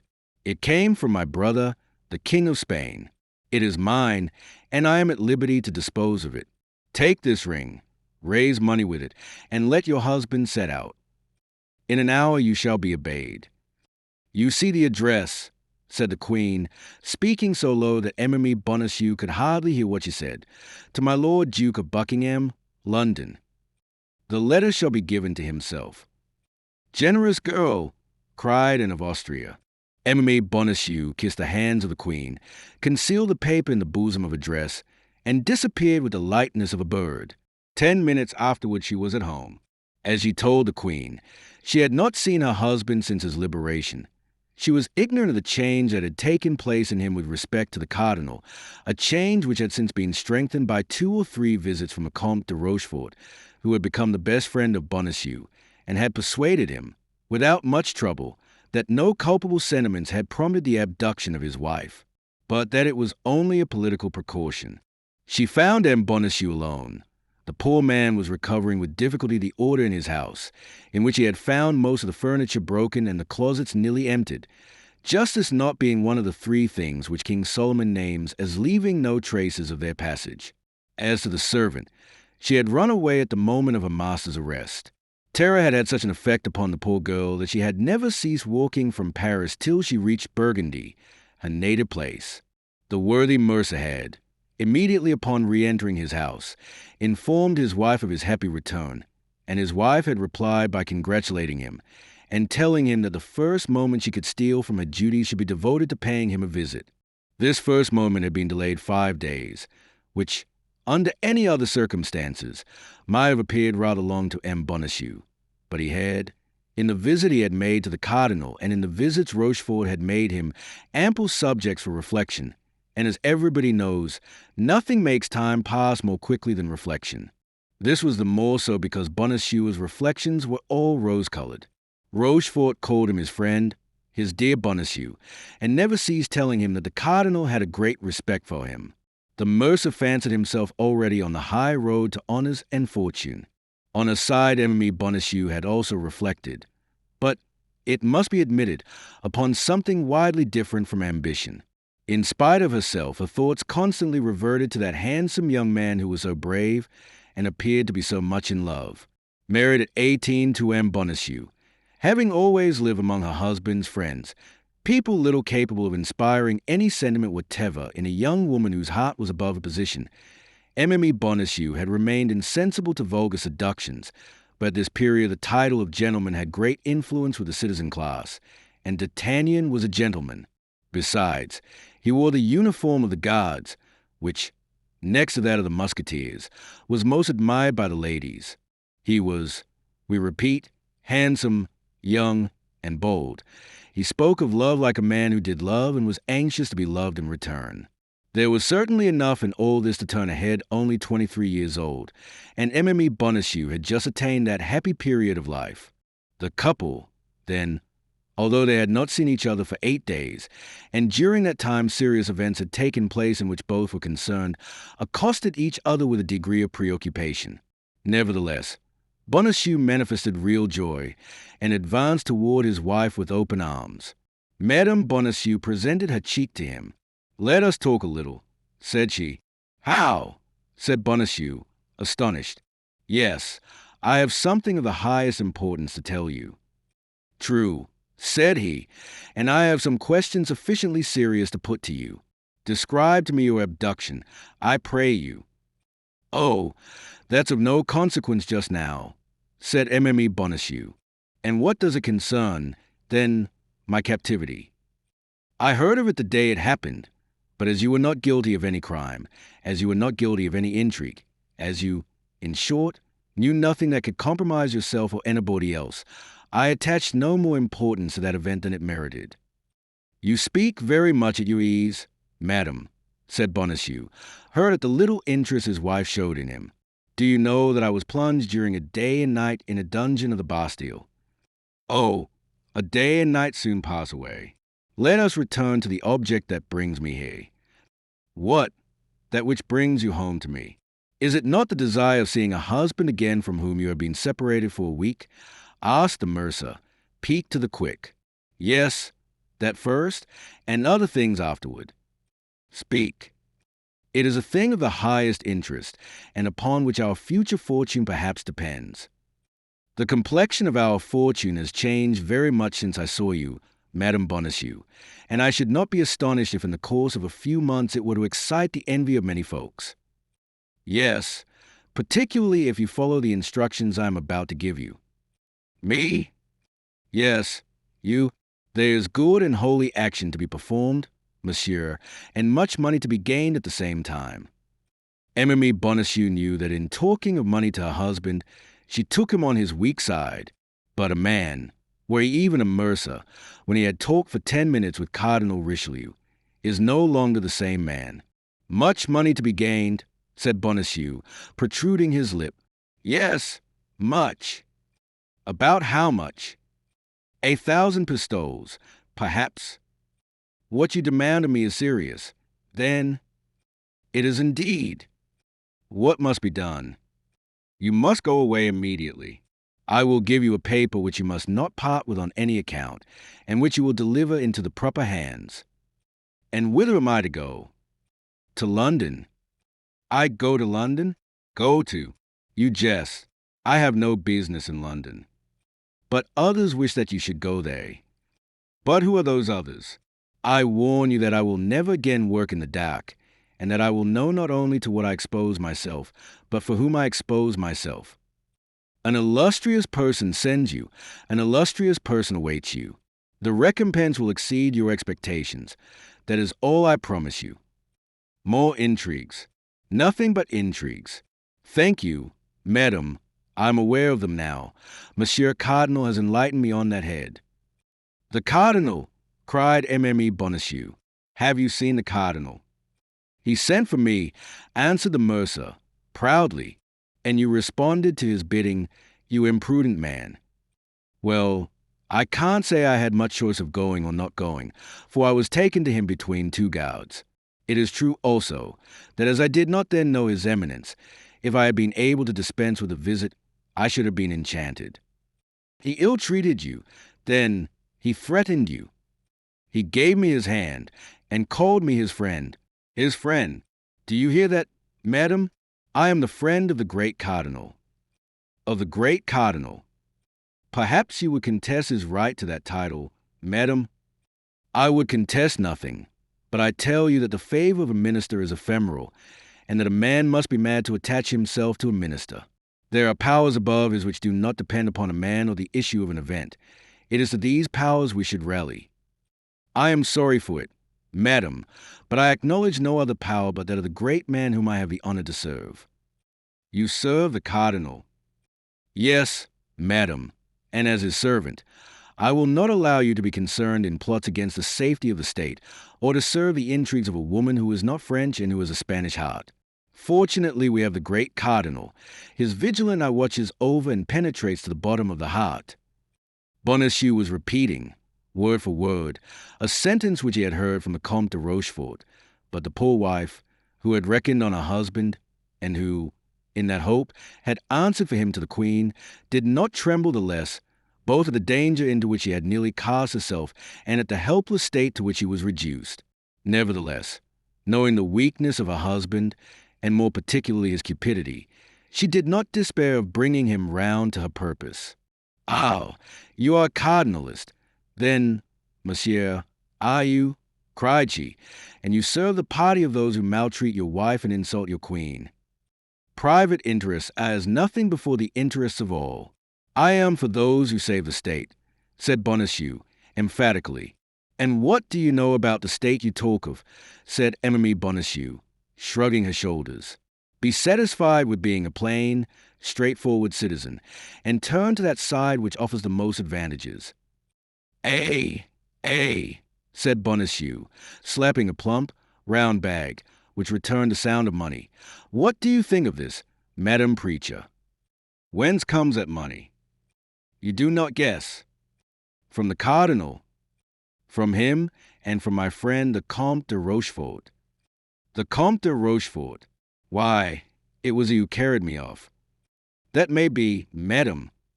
"And you received silver from that man. Have you not said that that abduction was entirely political?" "Yes, but that abduction had for its object the betrayal of my mistress, to draw from me by torture confessions that might compromise the honor, and perhaps the life, of my august mistress." "Madam," replied Bonacieux, "your august mistress is a perfidious Spaniard, and what the cardinal does is well done." "Monsieur," said the young woman, "I know you to be cowardly, avaricious, and foolish, but I never till now believed you infamous." "Madam," said Bonacieux, who had never seen his wife in a passion, and who recoiled before this conjugal anger, "Madam, what do you say?" "I say you are a miserable creature," continued Emily Bonacieux, who saw she was regaining some little influence over her husband. "You meddle with politics, do you, and still more, with cardinalist politics? Why, you sell yourself, body and soul, to the demon, the devil, for money." "No, to the cardinal." "It's the same thing," cried the young woman. "Who calls Richelieu calls Satan." Hold your tongue, madam, you may be overheard." "Yes, you are right. I should be ashamed for anyone to know your baseness." "But what do you require of me, then? Let us see." "I have told you. You must depart instantly, monsieur. You must accomplish loyally the commission with which I deign to charge you, and on that condition I pardon everything. I forget everything, and what is more," and she held out her hand to him, "I restore my love." Bonacieux was cowardly and avaricious, but he loved his wife. He was softened. A man of 50 cannot long bear malice with a wife of 23. Emily Bonacieux saw that he hesitated. "Come, have you decided?" said she. "But, my dear love, reflect a little upon what you require of me. London is far from Paris, very far, and perhaps the commission with which you charge me is not without dangers." "What matters it? if you avoid them. Hold, Madame Bonacieux, said the mercer. Hold, I positively refuse. Intrigues terrify me. I have seen the Bastille. Phew, that's a frightful place, that Bastille. Only to think of it makes my flesh crawl.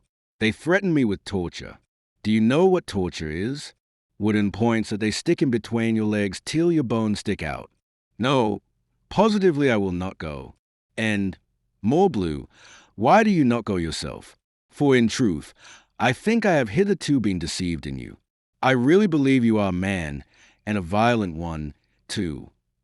And you are a woman, a miserable woman, stupid and brutal. You are afraid, are you? Well, if you do not go this very instant, I will have you arrested by the Queen's orders, and I will have you placed in the Bastille which you dread so much. Bonacieux fell into a profound reflection. He weighed the two angers in his brain, that of the cardinal and that of the Queen. That of the cardinal predominated enormously. Have me arrested on the part of the Queen, said he, and I will appeal to his eminence. At once Emily Bonacieux saw that she had gone too far, and she was terrified at having communicated so much. She for a moment contemplated with fright that stupid countenance, impressed with the invincible resolution of a fool that is overcome by fear. Well, be it so, said she. Perhaps, when all is considered, you are right.